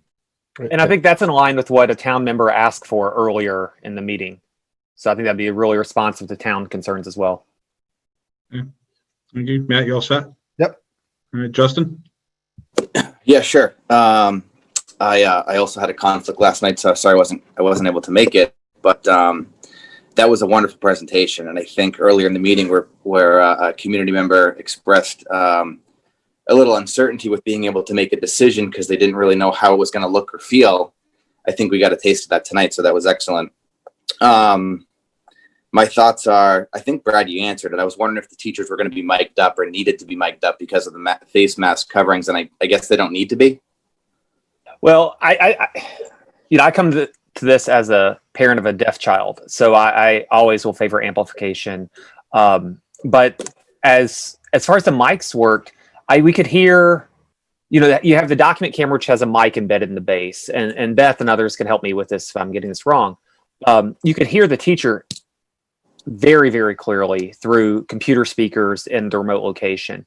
You could hear student comments from the back of the room pretty darn clearly, and the transcription service using Google Meets was actually really good. I would note that it was the comments, it's just the deeper voices resonated more clearly. So I think Beth and I were talking about if I were teaching in this setting, I would push my camera a little farther back into the room so the mic is closer to the further reaches. But it was there may still be a chance or a need to amplify some teachers, in part maybe to protect their voices. I'm worried about teacher voices trying to project and connect to students while wearing a mask, early in the semester. But the sound quality was pretty darn good. Okay. The early on, one of the shaker room classrooms, it looked like with the social distancing that was taking place with the desks, if you were in the back row, you might end up pretty far away from the whiteboard. And I was just wondering if we're actually deeper in the classroom. Are we getting too deep in the classroom with the spacing? Just wanted to highlight that. And then I was wondering if, from what I saw, or if I understood this correctly, the teachers would be monitoring the remote learners on their 13-inch laptop right there. Is there any way that we could provide a larger screen in the classroom so that if there's an opportunity for a question from the remote learners that day, they have an equal opportunity because they've got live bodies in front of them, and we want to engage the remote learners to have an equal opportunity. So Just I guess hold that's on. a question.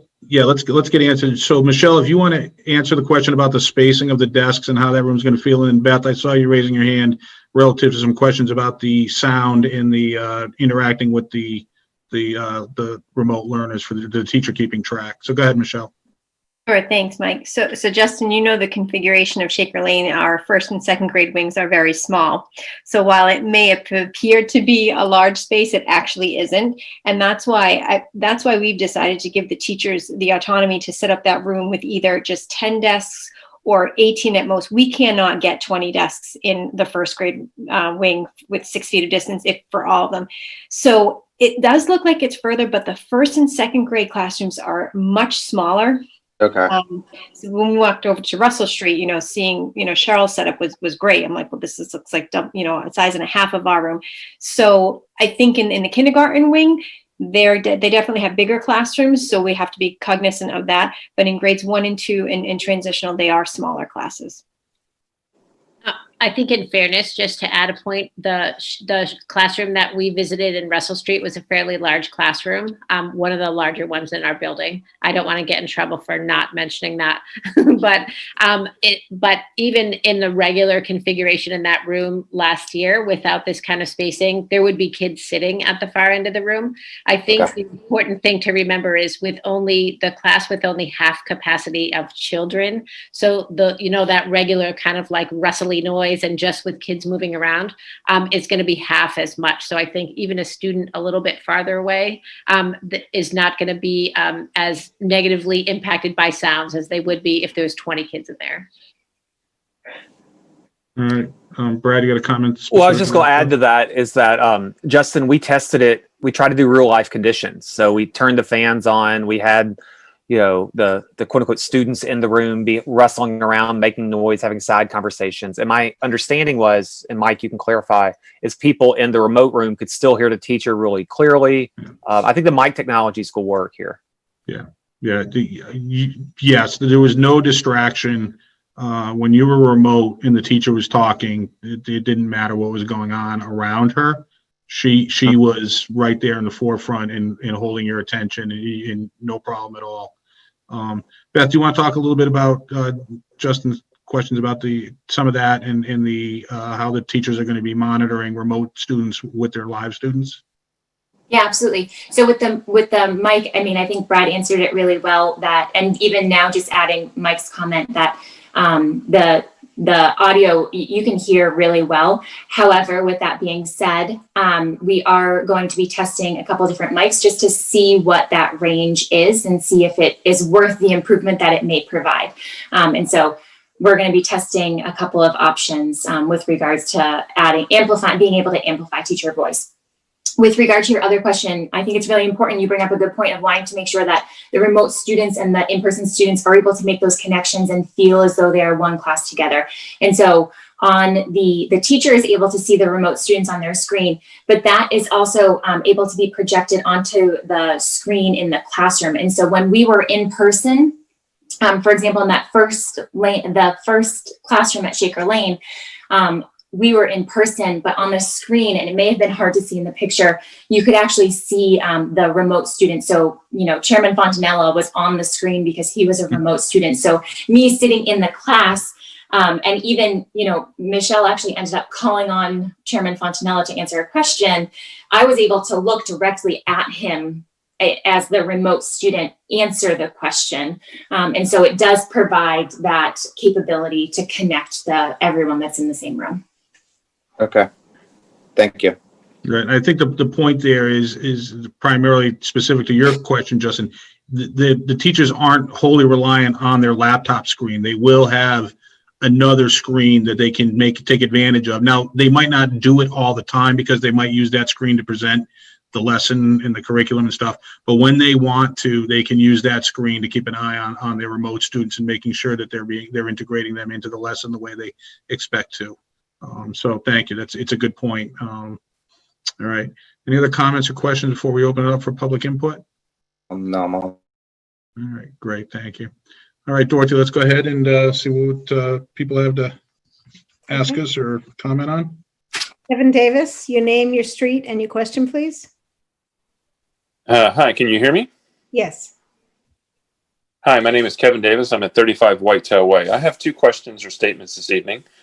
The first question is, with the BOH meeting, and I'm rewinding the meeting a little bit, with the BOH meeting coming so late in the process, have the schools, principals, people, whomever, sat down to do a tabletop exercise to walk through how they're going to look at getting the information of an infected student, who they were in contact with the days before, and then assembling that information and giving it to the BOH? Have they done that tabletop, and have they also thought about other use cases where student infection and trying to control things through and doing your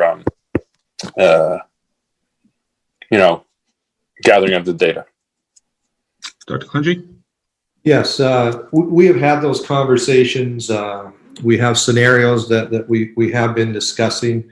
Our school health nurses have met with the public health nurse, and we've been talking about soft metrics and are developing a spreadsheet to handle the soft metrics. We feel they are equally as important as the metrics we're getting weekly.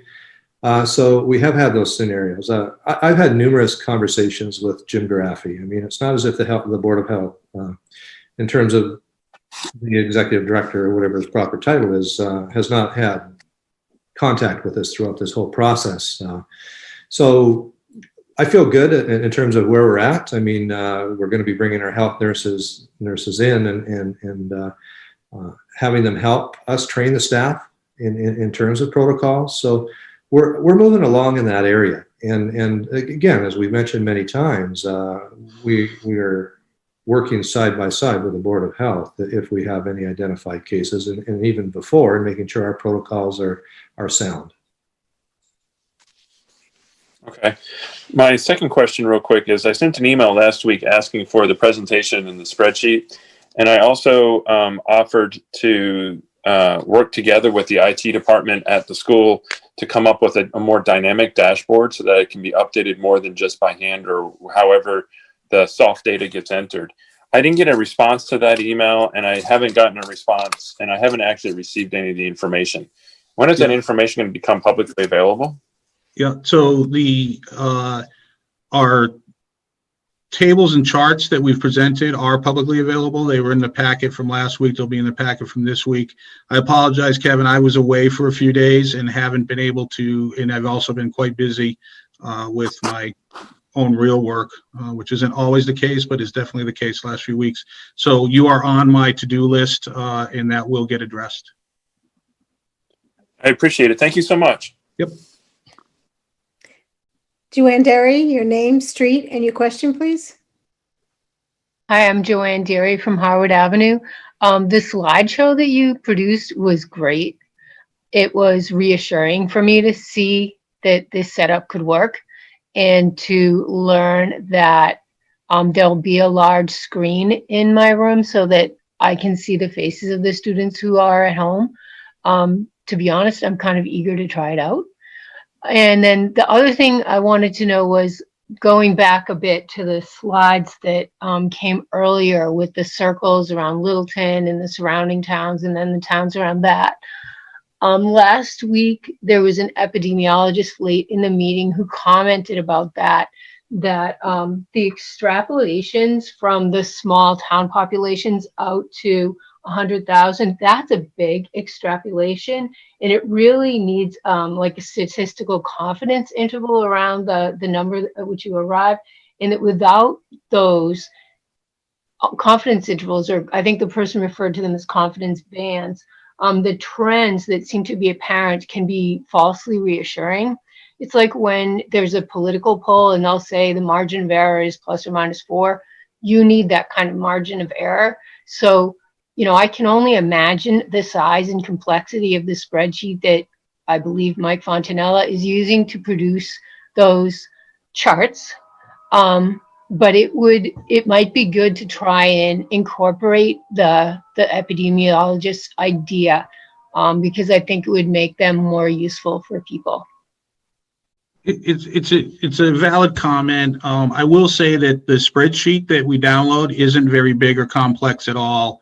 It's like 6 columns of data with I think 350 rows, which are the 353 rows plus the state data that's amalgamated at the bottom of the spreadsheet.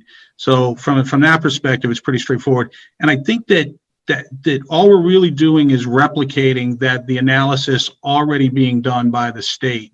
And we're not trying to better that. We're not a public health biostatistic organization, and we're not going to pretend to be.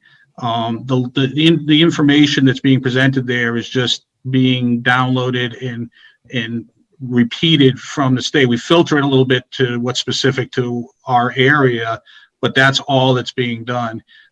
You're right. If to really be a meaningful biostatistical analysis, it would require significantly more and different types of analysis. as a public school district, that's not what we're trying to do there. And you're absolutely right too about the trending is not something that you should take at face value by any stretch of the imagination. And we're just really kind of showing what the state is showing all of us on their website, and we're just kind of distilling it down to our immediate area, a little bit bigger area, and a larger area than the county. That's all we're trying to do with that. But you're right. If we were trying to do more, we would have to be a lot more sophisticated about it. And So I don't think we would try to do more because we don't have those resources. We're just showing what the state is already showing us, just distilled down to our area. So can I just ask a follow-on question in that case? There was a column in there called something about 100,000, cases per 100,000 or something. Mm-hmm. Is that column taken straight out of the state? Like there's no confidence bands around the state's info for that column? Are you taking the town data and then multiplying to get the cases per 100,000? Yes, that's how the state's doing it, and that's how we're doing it. We're just, the state is showing it, per 100,000. So that doesn't work for us because we're not 100,000. So it's just a simple calculation to say, well, what would it be for, an area our size? Yeah. So, calculating the confidence interval is not that hard. It would probably just be a couple of extra columns, and you could set it up with formulas within the cells to do it. And it sounds like Mr. Davis might be able to help you do that. And I hope that you decide to do it. But thank you. Thank you. Matthew Ridge, your name, your street, and your question, please. Matthew, there you go. Sorry.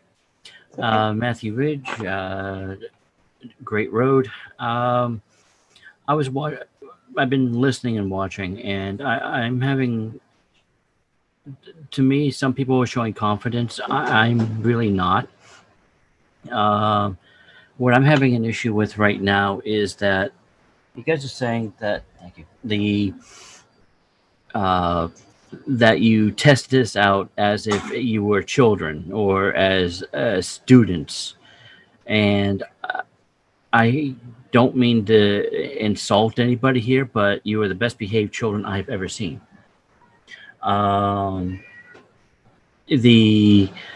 This is going to be, we need something a little more where the kids actually come in and test this out, because we need a class. We need something that's going to be like, okay, this first grade, second grade class is going to be XYZ. Let's test it out and see how it is real world situation, because you guys are, again, you try duplicating what a classroom sounds like, and it's not going, it's not the same. And I could tell you that because my toddler on his own can make enough noise to cause a room to quiet down quite quickly if he wanted to. The other thing is that I'm also running into a situation where we don't, with how you're saying everything is just literally drafts. Anything you do at this point in time is a draft. Anything you do at this point in time is up in the air. So even though you have done this without the teacher's blessings, without the teachers pretty much agreeing to all of this, what is the use of all of this if we do not get the teachers to sign off on it? Because at this point in time, we are going to be running out of time if we do not have something soon. And I know you guys are in negotiation, but it sounds, and I said this last meeting, it sounds like you're putting the horse before the cart. I mean, the cart before the horse. And I said the exact same thing. It's just, I'm worried that we are going to be running out of time, and a lot of us parents are not going to have the time to actually plan accordingly if this is going to be an elongated negotiation. I appreciate your concerns, Matthew. We have the same concerns. the concerns that you're raising are not specific to Littleton. They're being faced by every district in the state. It wasn't our choice to have this compressed timeline. It was thrust upon us by circumstance to a large degree, and into a somewhat lesser degree by the leadership at the state level. So we're just doing the best we can given the circumstances that were put upon us. So we're just going to continue to work as hard as we can, and our goal is to get there. But having said that, the issues you're raising are legitimate, and we're trying to deal with them as best we can. I don't mean to cut you off, but if this is actually something that like you said, is above everybody's pay grade, in other words, this is the state telling you to do this, can't the superintendents get together and pretty much tell the state pound sand? Because no, they can't do that. They have been together using their collective leverage or lobbying ability to try to influence the state direction and make it as less painful as possible. But no, we cannot simply tell the state to pound sand, not at the school committee level or at a superintendent level. All right. It's just, it seems like we're at the mercy of the state, and the state sort of has to realize we're not the only, the parents are going to be the ones that ultimately suffer no matter what we end up on this. Yep. No, you raised legitimate points. All right. Thank you. Thank you. One other thing, Yes. the kindergarten screening, have we actually come out with that yet, or is that still up in the air until we get actually a resolution with the teachers? Michelle? I'm sorry, can you repeat that, Matthew? Sure. The student, like for kindergarten, what do you want to call it? The screening. Will that actually be commencing soon, or is that going to be dependent on when the negotiations actually finalize with the teachers? So that went out in an email to parents yesterday. That's on the frequently asked questions, and it will take place once school resumes.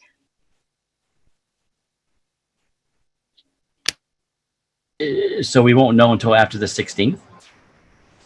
Correct. I can't have the teachers come in during the summertime. They're not contracted to work during the summer. So we will take that. I need to talk with the kindergarten team. Once we have the PD, we'll set a date and we'll contact families. In the afternoon, they'll be coming in for screening. Okay, so that means that the students technically don't have a start date for kindergarten. They can start without the screening. They can start without the screening? No, it's not mandated to take place before the school. It just needs to be conducted. Okay, thank you. Carrie and Jason Lavoy. State your name. Hi, Carrie Lavoy. Carrie Lavoy, Stony Stream Lane, Littleton, Mass, obviously. I have several questions. I have quite a list. So what is the breakdown of the committed remote students by school? And if you have to choose remote, are you going to have a remote only teacher, especially at the early elementary levels? And Carrie, can we take them one at a time? Is that okay? If you have a list, I'm going to lose track. I'm sorry. sure, no, that's fine. So what is the breakdown for the committed remote only students by school? Probably Elizabeth would probably be the best one for that. Yeah. Do we have that by school, Beth, or? I haven't broken it down by school yet. It's something I can certainly do and create. So just need a little bit of. And then to answer the second part of that question, Carrie, at the elementary level, the goal is to try to get to that model where we have remote only teachers teaching to remote students, but it is predicated on the numbers and on our negotiations with the teachers. But that's the goal. And will that teacher be a Littleton's teacher, or are you going to be out? Yes. All of right now, our plan is to have all teachers be Littleton teachers. We haven't even discussed the possibility of that not being the case. That's not on the table right now. A lot of districts are outsourcing that. Yeah, I mean, larger districts, yeah, for sure, that they're facing some significant challenges, but right now, that's not our plan at all. Okay. And then I have, if you choose hybrid, now, and then closer to school, you start to feel uneasy with the numbers. Would your child be able to get into that remote group? If that's the way we go, yes, we have indicated from the get-go that if you have opted into the hybrid, the in-person aspect of the hybrid, and for some reason you decide that's not working or your circumstances changes, then we will be able to let you go into the remote mode. But how that remote mode is delivered, may be determinant on your timing and, again, the numbers and critical masses and things like that. So we can't absolute promise it, but that's the goal, is to support every remote student the same way. Okay. It seems like, I know that you need us to make a decision so that you guys can plan, but it seems that, it's a month out. This is a case that's changing every day. Mm-hmm. It seems that it's kind of an unfair ask to rope us in for several months.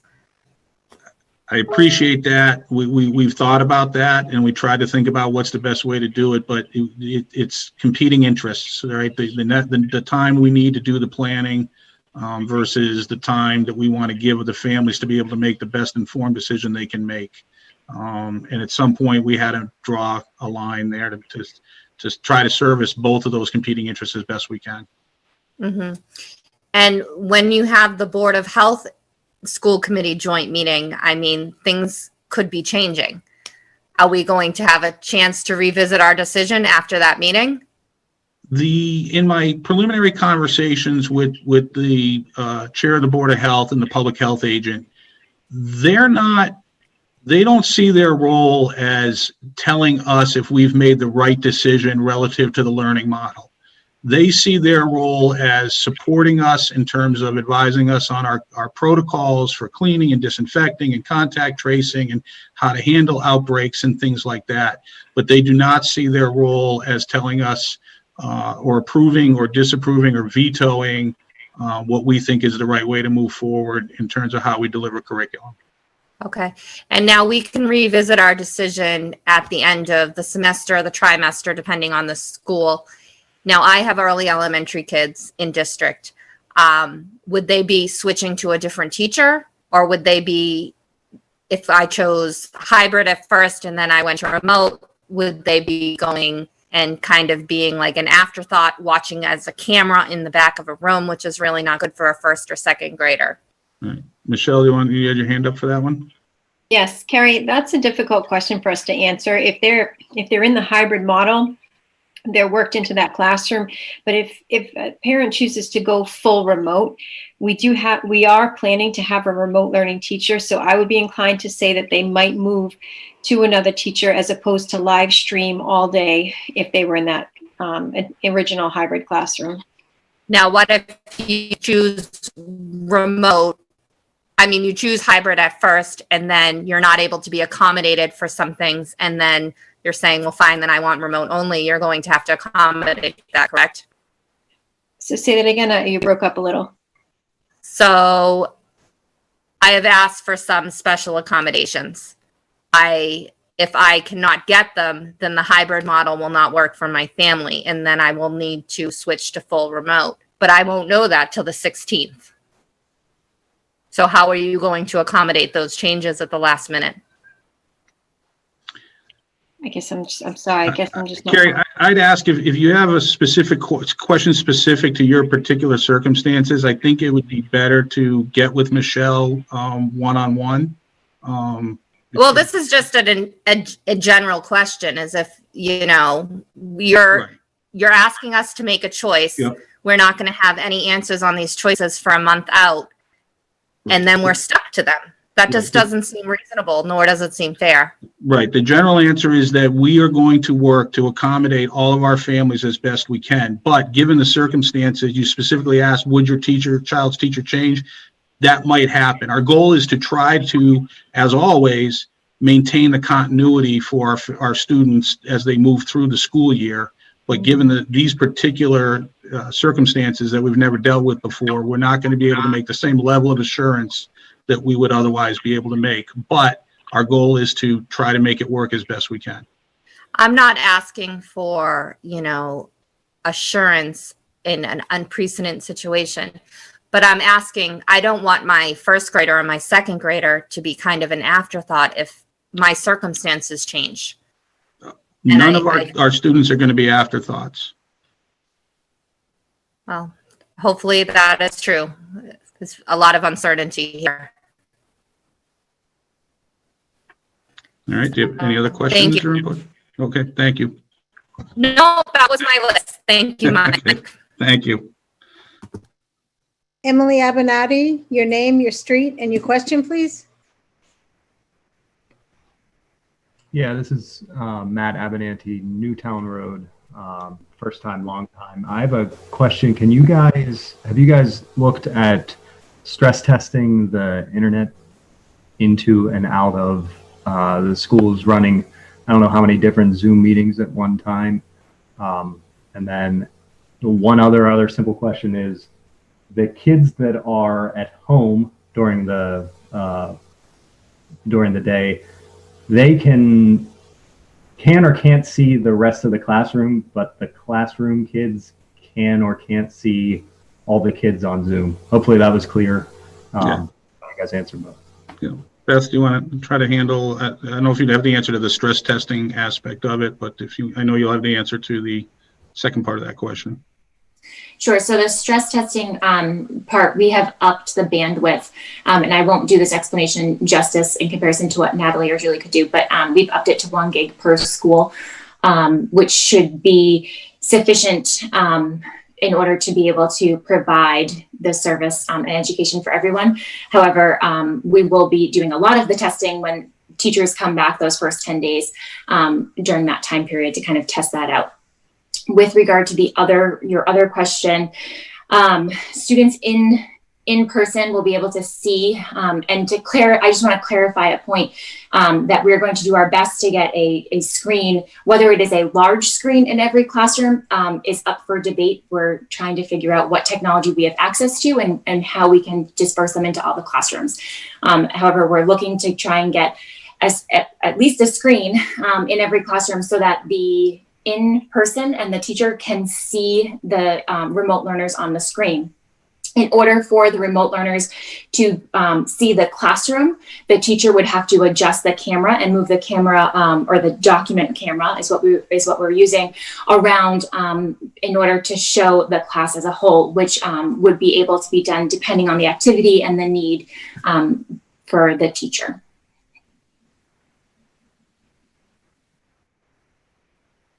Okay, thank you. Thank you, Matt. Christy Ellman, your name, your street, and your question, please. Hi, this is Christy Ellman on Gristmill Road. My question is specific mostly to the hybrid model. I think I heard during the presentation that there is a big push, particularly in the elementary schools, for the kids not to be consistently and constantly on screen. So it's possible that I have PTSD from the spring, but my question is from a time management issue. How are you planning on handling, okay, so kid is home, they're on the screen for whatever, 20 minutes, then they get a break. How do they get back on the screen without parents or guardian or other interventions? Is that kind of baked into how they're being bounced back and forth while they're home on the remote portion? Yep, Cheryl, go ahead. Yeah, I don't mind jumping in. Hi, Christy. We really have been trying to put together schedules, like I said earlier, to try to make sure that students just aren't parked in front of their screen the whole time. So one of the suggestions that the teacher, and we really want kids to be able to do this independently. So one of the things we were talking about is perhaps putting on the supply list a small timer for the students. So the teacher would say, we're going to set our timer for 10 minutes. So in the classroom as well. So if the students are taking a mask break in the classroom, the students that are home on computers can go and take a break for 10 minutes. The timer goes off and everybody comes back.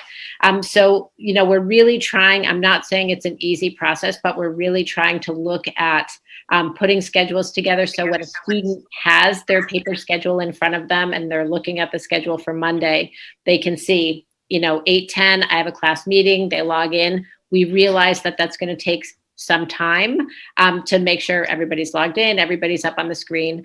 But then to be able to go through the schedule for the day and say, we're taking a 10-minute break, set your timer, everybody come back, and kind of work the day that way. We, realize that that's going to have to be tweaked along the way. Certainly, if a student, goes off to take their 10-minute break and they don't come back, we're going to have to figure that out. It's a possibility, right? That For could sure. happen with young kids as we move along. And so, part of being a remote learner on any of the days you're in remote learning is going to have to be, what are the norms for remote learning? And we've talked a lot about that. Students, we've, in all of our plans, we have responsibilities for students. And one of the responsibilities will obviously be, join in on time, be ready, have your computer charged. But when you take a break, come back. Like those are going to have to be the things with elementary level kids that we talk about. And certainly, that would be when a teacher would reach out to a family and say, he was there for 2 hours, but then we didn't get him back today. So those are the kinds of hurdles we know that we'll be facing, but certainly we're trying to put schedules together that kids could follow and figure out strategies like timers to be able to help them be independent. Okay, and I do appreciate. I understand. I'll chime in as everyone does. There's no kind of good answer to any answer that's not the normal. The old 2019 answer everyone likes. But I think that, when it comes down to, how long are they gone and what does that actually look like? I think a lot of families, myself included, are on the fence and struggling about which way to go. And I heard some talk about those video slides, or the slides were great, but like videos and more concrete schedules of what actually does a day look like. What is a day in the life, if you will? And maybe that's there and I just missed it.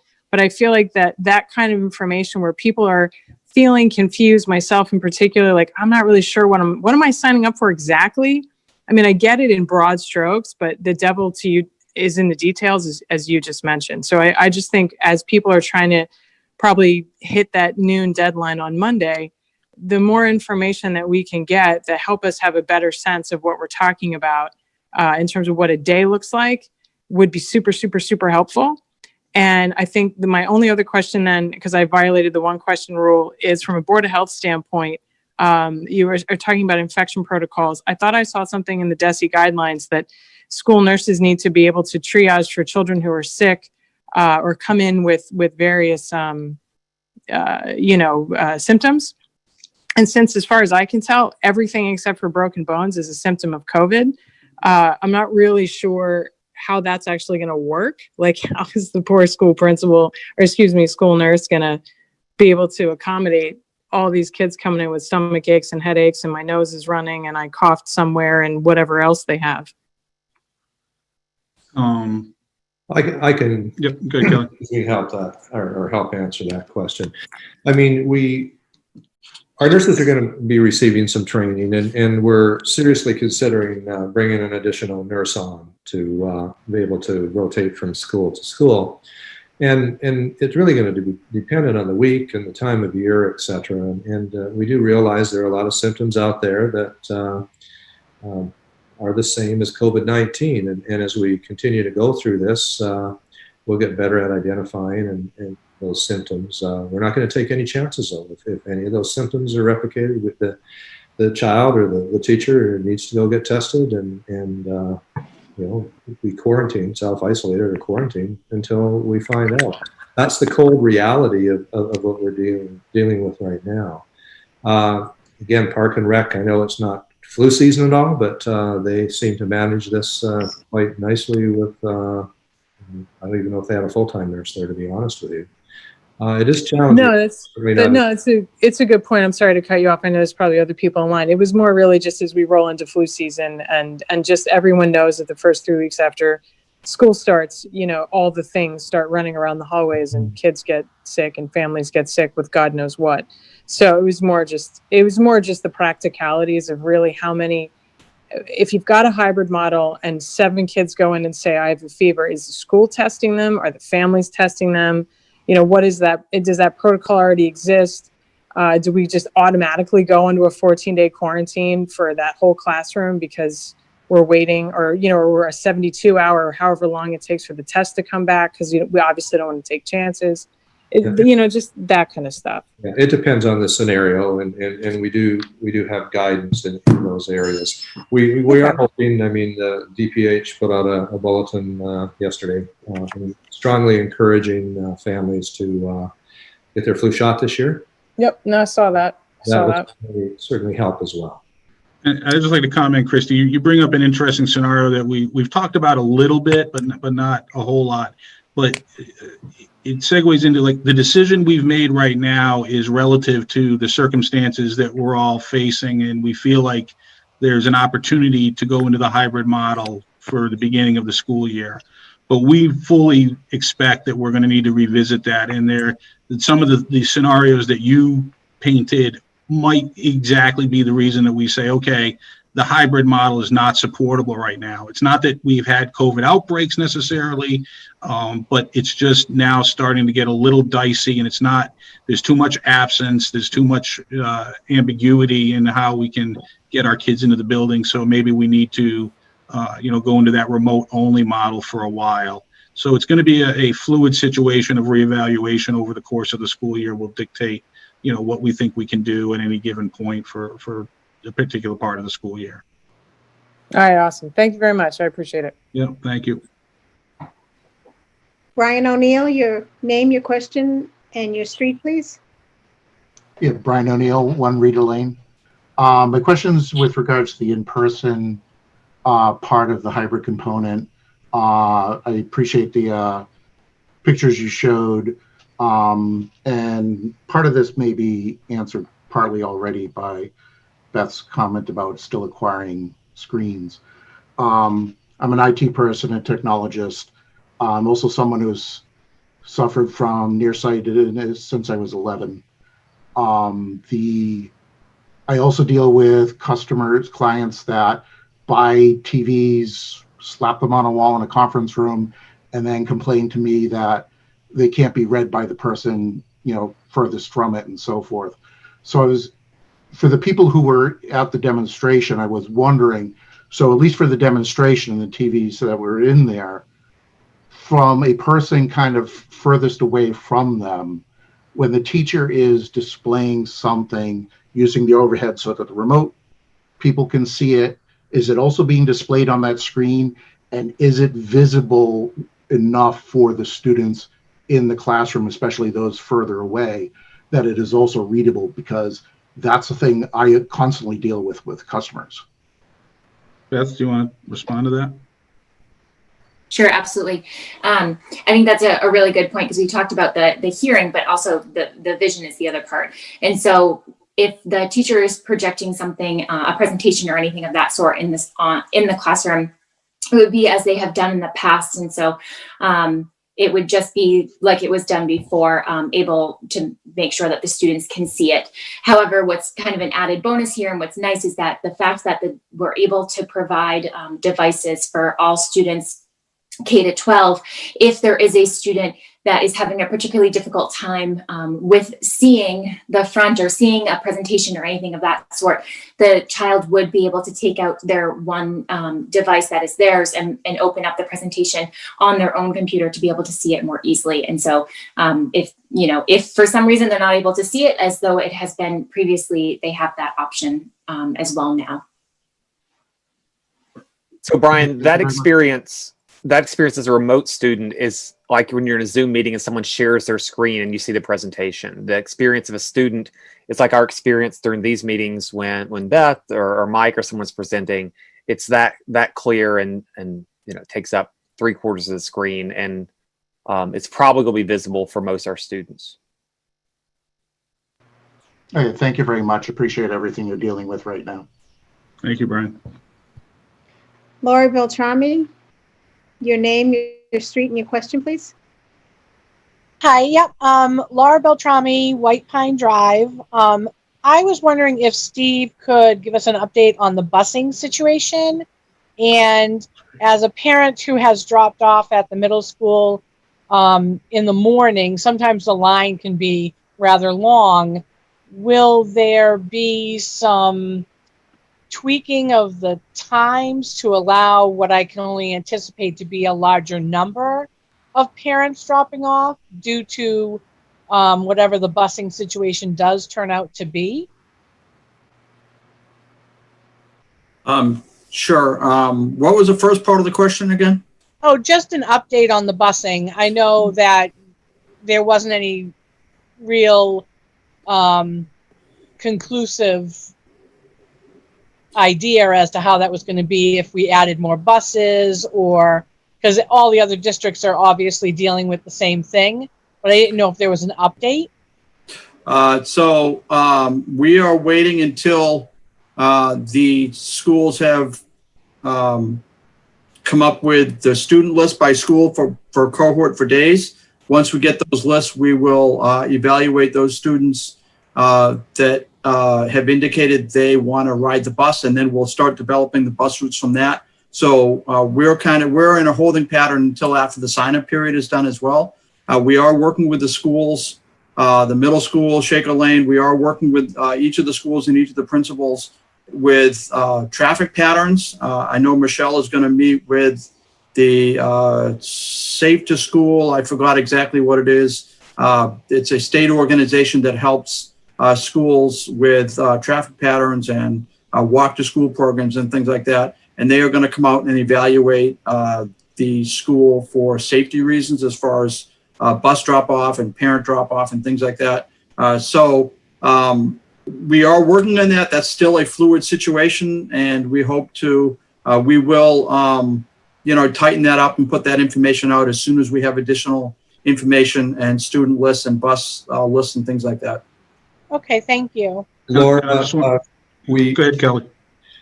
When we looked at our survey, our latest survey, it was apparent to us that a number of families are really helping us out, and the ridership is definitely less than it was last year. We're also meeting with LPD to address traffic patterns as we move forward, and we'll have a better idea of what those patterns will be when we know how many remote learners that we have. Yeah, and we're also working with D-Bus, our bus company, and I've mentioned this before. We're working with D-Bus on bus cleaning protocols. We have worked most of those details out. We will tweak them as we go forward, and we have test cleaned the buses and got that timing down. Again, we're working with D-Bus, and they are eagerly waiting to get the student list so we can start developing bus routes. Right. Okay. And one more question. With the potential of more students perhaps walking to school or riding their bikes, has any thought been given to providing a crossing guard of some sort at the King Street, Russell Street intersection there? So again, we are working with the local police department and looking at all of those options and seeing what's available to us. Okay. All right. Thank you so much. I appreciate it. Thank you, Laura. Christina Berndrat, your name, your street, and your question, please. Hi, my name's Christina Berndrat. I'm actually not a resident. I am a teacher in Littleton, and since we had the opportunity to ask questions, I thought this might be a good time. More so something for the committee to think about. In the lower elementary, if a remote teacher was given, say there are, I don't know, 22-ish children in a classroom, but then someone in another classroom doesn't feel comfortable, they would be possibly added to that room. I would want people to kind of think about, would there be a cap for that classroom? Because like if something happens and they're still hybrid, I mean, as a parent myself, I would yank my kid out pretty fast and want the remote option. And then, you're thinking you're at 22, 23, 24, and that would be exceeding maybe a cap. And from that point, would another remote teacher be added? Because it's a lot to manage. Like the younger kids, our rooms are like between 21 and 23. And that's a lot for those of you that work with kids that are, you know, between 8 and 11. And just to keep that into consideration, that's a lot to ask of a teacher. I'm very nervous actually saying all this because you're throwing yourself out on the line here. But that's a lot to ask of a teacher to manage. And then with the addition of like, someone came in your room today and then someone new's coming in tomorrow, because you want to build the relationships. That's like what I feel our whole building has really worked, and our whole town has really worked on building relationships with kids, trust with kids, knowing who they are as students, learners, about their family and what they're coming in with. And it's going to be really hard. You know, we'll do it because that's why we all chose this profession, but it's going to be really hard to, you know, just jump into that, and you're trying to build that bond when your room could be continually changing for months at a time. So just something I wanted to like think about. And also within that population, it's like a potpourri, maybe. You're not really sure who you're going to get. It takes us months and months to do class lists. We, you know, countless hours of after school, before school, just going through the lists. And then when you're given that room, it's like you could have a lot of high functioning, high performing learners. You could have, you know, and that's what we do. We accommodate, and you could have lots of kids on IEPs. So it's just something to really take into consideration when kids can be coming and going, and what their specific needs are going to be, what they're going to need. And I just want the school committee to kind of think about that, and like when they're moving forward in all the plans. I appreciate you bringing that up to the school committee to think about. It's definitely something from a concept of accountability that we would expect as a school committee, that the administration is addressing that concept. The points you raise are valid. I know they're not anything that would be taken for granted by our administration, but it's easier to not take it for granted when things are moving more normally and functioning in a way that we've all experienced over many years.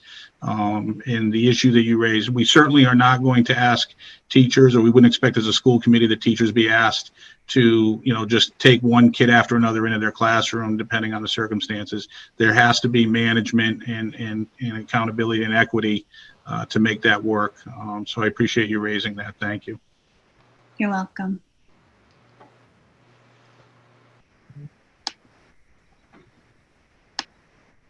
Eileen Wiedengartner, your name, street, and question, please. Hi, it's Eileen Wiedengartner on 25 Maplehurst. I want to address two questions. First, I know you like to take them one at a time. I'd like to go way back to what Mike had originally addressed when he was talking about the infection rate, I guess. Great point. It was good data to have. I'm curious if the town could survey parents to find out who is working from home and who is out all the time. Like I know typically I would be in Fall River, Concord, New Hampshire, Boston, Mass. I'd be all over the place. My husband would be in Concord, Mass, Cambridge, Mass every day. But we're not doing that.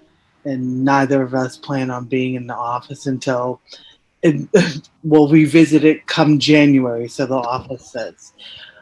Is there any data on where parents are at? Like, has there been any opportunity to survey parents to see how many people would leave? And I know that seems stupid, but it would give us an idea of who's leaving. And like, that sounds very insular, and I'm sorry, but like, you know what I'm saying?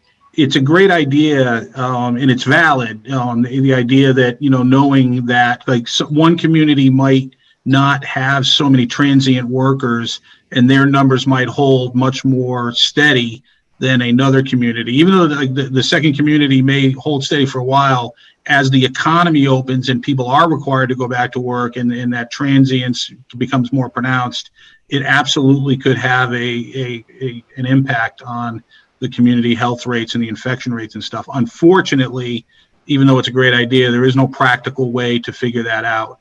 Okay. Yeah, no, and I think, again, I said earlier, I think that the next like 10 weeks is going to tell us a lot, because it's not just the schools opening, it's colleges opening. Sure. Some businesses are going to think about, getting back to what they think is the right model for them, with, people being at the workplace. And all of that is going to tie into whether or not the flattening of the curve that we've been able to do in Massachusetts and New England is going to hold or not. Okay. And there's just no way to predict it, but you're right. We'll see. Yeah, I was just curious if we had thought about, or if we could. Right. And I know it's huge. I know that's like far-reaching. Beyond that, like, when I really do appreciate the amount of work the school committee has done, and that Dr. Clunchy has done, and that everyone has done, to say, like, this is what it looks like. I know it feels a little better looking at, like, okay, this is how a classroom may look for the hybrid learner and for the remote learner. But I have a question, and maybe I'm pushing too hard, but so if I think about myself as a student and how much I hated teachers talking. I think about myself as a teacher and how much I hated teachers talking. And I think about just being in meetings and how much you hate one person dominating a conversation. And I wonder how much opportunity is going to be for cooperative learning before both remote and hybrid students, and how many chances there will be for practical. So the most fun part about kids going to school is, I get that teachers are important and my kids love their teachers, but it's that the relationships you form with students, and how you get together, and how you think together, and how you have information that comes didactically from your teacher, but then you're able to explore that with each other. And I don't see tons of that happening in this model, and it may be a lack of foresight on my part.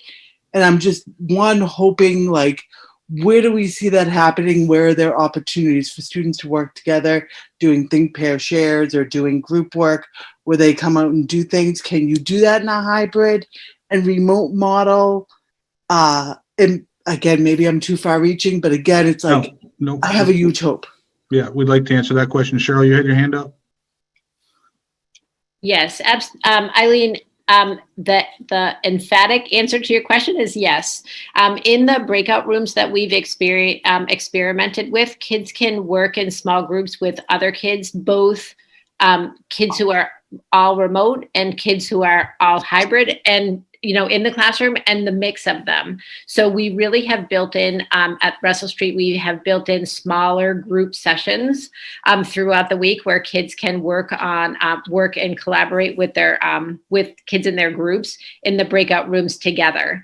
And I have mentioned a couple times that was one of the things that parents really said in the spring was missing, was that collaboration with kids. They were able to go on to a Zoom and see their friends, but they weren't really able to work together with their friends. And so in the model at Russell Street, we have some project-based learning put in place, and we want kids to be able to collaborate and work together, to feel on the computer more like it would feel, in the back table in the classroom. So that's absolutely built in to our plans at all grade levels at Russell Street.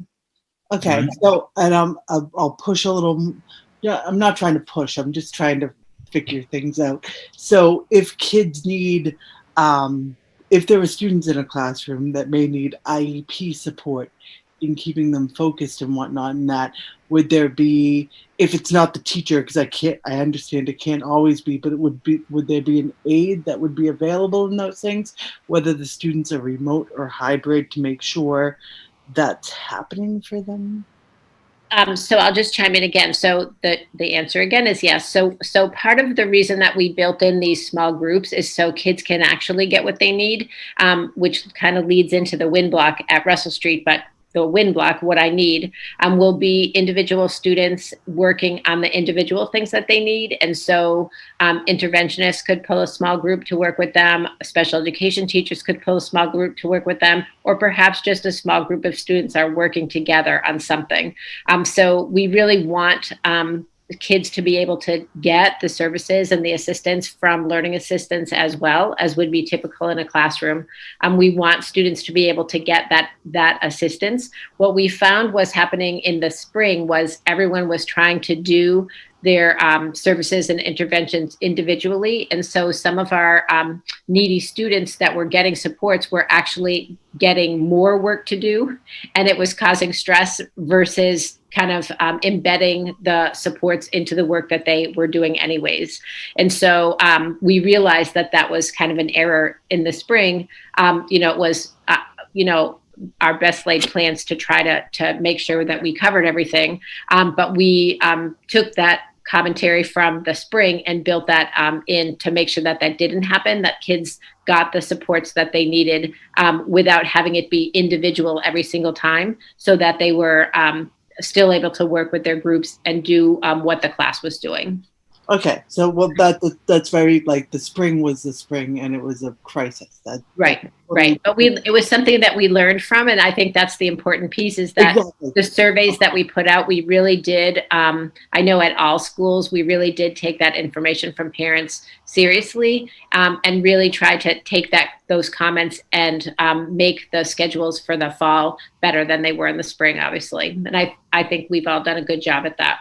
Right, so there will be those opportunities for small group work and for, larger presentations to the class, even with kids who are hybrid and remote, and that's heartening to hear. Yeah, absolutely. Thank you. Brad, you have your hand up. Do you want to comment on some of this? I did, in response to kind of Eileen's point, is that this is one of the things that worried me the most when I had said I had some concerns about the teaching and learning aspect of the hybrid model. Again, going through that those demonstrations yesterday alleviated a lot of those concerns. In part, it was because I heard Jason was really eloquent in talking about how we as a district have to make this kind of participatory kind of classroom the model that Eileen's talking about, the focus of what we're doing, and we need to be focused on professional development. But also, again, just seeing the teachers and the leaders in the room talking about, oh, I could do this and I would do this, and so can help me with that. I think there's a real momentum towards that, and I'm encouraged. And so I just, with Eileen, I shared her skepticism. I'm much less skeptical now. Eileen, you all set? Or anything else you want to add? No. I want to thank you, because I feel like I've gotten some clarity, and that helps me drive my decision. So, thank you. I appreciate it. It's heartening to hear that. All right, great. Thank you, Eileen. This appears to be our last question. Matthew Ridge, your name, your street, and your question, please. Matthew Ridge, Great Road. Sorry about this one, but my wife asked me and she couldn't be on the conference. She wanted to know when the parents are going to receive the class and teacher assignments. In other words, when is this going to be about this? Hopefully before the 16th.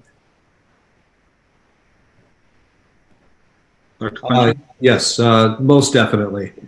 It's going to take, our survey closes Monday, and that's when we'll start the process of developing cohorts. And then parallel to that, we're working with staff that may have certain health conditions that would lend itself more to assigning them to a remote teaching assignment, etc. There's a process involved in how we do that. So our intention would be to have those assignments out not way before, but certainly before September 16th. Okay, thank you. I see a couple more people chiming in. Go ahead. Andrea Padgington, your name, your street, and your question, please. Hi, I'm Andrea Padgington. I'm not a resident, but I'm a teacher in the district. And I just had two quick questions. I know at the lower elementary schools, it's in the classrooms, the students will each have their own assigned seats. At the middle and high school, I know we're going to have a lot of students coming in and out of the classrooms. I was just curious, who's going to be responsible for sanitizing each of the desks after groups of students leave and new students come into the classroom? Yep, that's a detail that still needs to get worked out, and some of that is going to be related conceivably to our negotiations with the LEA. Okay. And the other question I just had too was, I know that everyone's emphasizing, with all the proper protocols in place and mask wearing will be safe. The concern that a lot of the teachers are having right now is lunchtime. We will have approximately, 10 students in our classroom. They all will be eating lunch in the classroom. Obviously, we all have to take our masks off to eat. The teachers will have to take their masks off to eat as well. And so we're just a little concerned about how we're being protected, ourselves and the students at that time. And again, just the sanitizing protocols. All right. Anybody in the administration want to address the lunch question? Yeah, I can address what our plan consists of at this point. Students who are bringing lunch from home will eat in their room. Students who are going to the cafeteria will walk safely distanced to the cafeteria, where if what is happening, I think is happening, is that we're working to use an app to pre-order our meals. And so students would go into the cafeteria, into the lunchroom. The food would be already in a to-go container labeled with a name on it. They could just pick it up and go, so they're not stopping, and then return to the classroom. Teachers have a duty-free lunch, and we generally offer that time when the kids are having lunch. So that's how the lunch program would basically work. And then when complete, we'll have people going up and down the hallway with the trash cans to be able to collect the trash. Conceivably, when the students are finished with their lunch area, they would wipe the desk down, spray it down, whatever they need to do to clean up after themselves before they finish their lunch and move on to the next class. Yeah, and Jason, thank you for saying that. We'll, at the high school, we'll have a similar probably grab and go expedited lunch lines and that kind of thing, with obviously appropriate social distancing and masks required until students were seated distance apart. We are going to, different from the other schools, we're trying to, as much as possible, have all our students in the cafeteria area. There's a divider that leads in, there's a glass, a lot of people who are familiar with the high school know that there's a glass divider that can be pulled apart, and we can open up a hallway and add some tables in the areas to kind of expand capacity, and also use, when the weather is good, outdoor spaces. We've actually talked about using a canopy adjacent to the cafeteria area and near the patios, and actually providing some coverage over even our potentially our patio with picnic tables. So there's a lot of things in the works, but we're looking to make sure that as Jason said, this will be supervised primarily by administrators and other staff, that has traditionally been done in the past. Teachers will be able to have their duty-free lunch separate from the students. Okay, thank you. Thank you. All right, thank you, Andrea. Chairman Fontanillo, that is all the questions. Okay, thank you, everyone. Appreciate it. No need for subcommittee reports tonight. Is there any other business that the school committee wants to bring up? Justin? No, none here. You're getting ready. You are primed and ready to go for that motion to adjourn. We're going to set a record tonight. We don't have a meeting next week on our agenda, but I think we do need to meet. Hopefully, we need to work it out with the Board of Health. What's the best forum for a joint meeting? I personally think that, based on our record attendance at our last few meetings, that the school committee meeting might be the best one, but we'll work that out. But if we can make that happen next week, we will, as part of that meeting. If not, it'll happen soon after that. I would think otherwise we have enough to talk about to at least meet.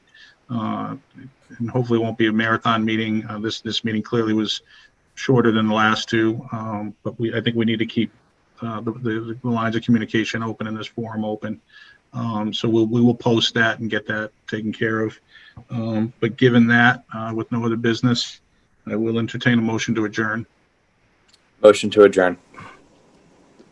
Second. Motion made and seconded. I'll take this a roll call vote. Brad? Brad Austin, yes. Matt, Matt Hunt, yes. Justin, Justin McCarthy, yes. Timmerland, Emmeline Rossi is yes. and Mike Fontanella says yes as well. Thank you to Dorothy and Bettina and LCTV to help us get these meetings conducted and managed. I appreciate it, and we'll see everybody soon. Thank you. Thank you. Thank you, Dorothy.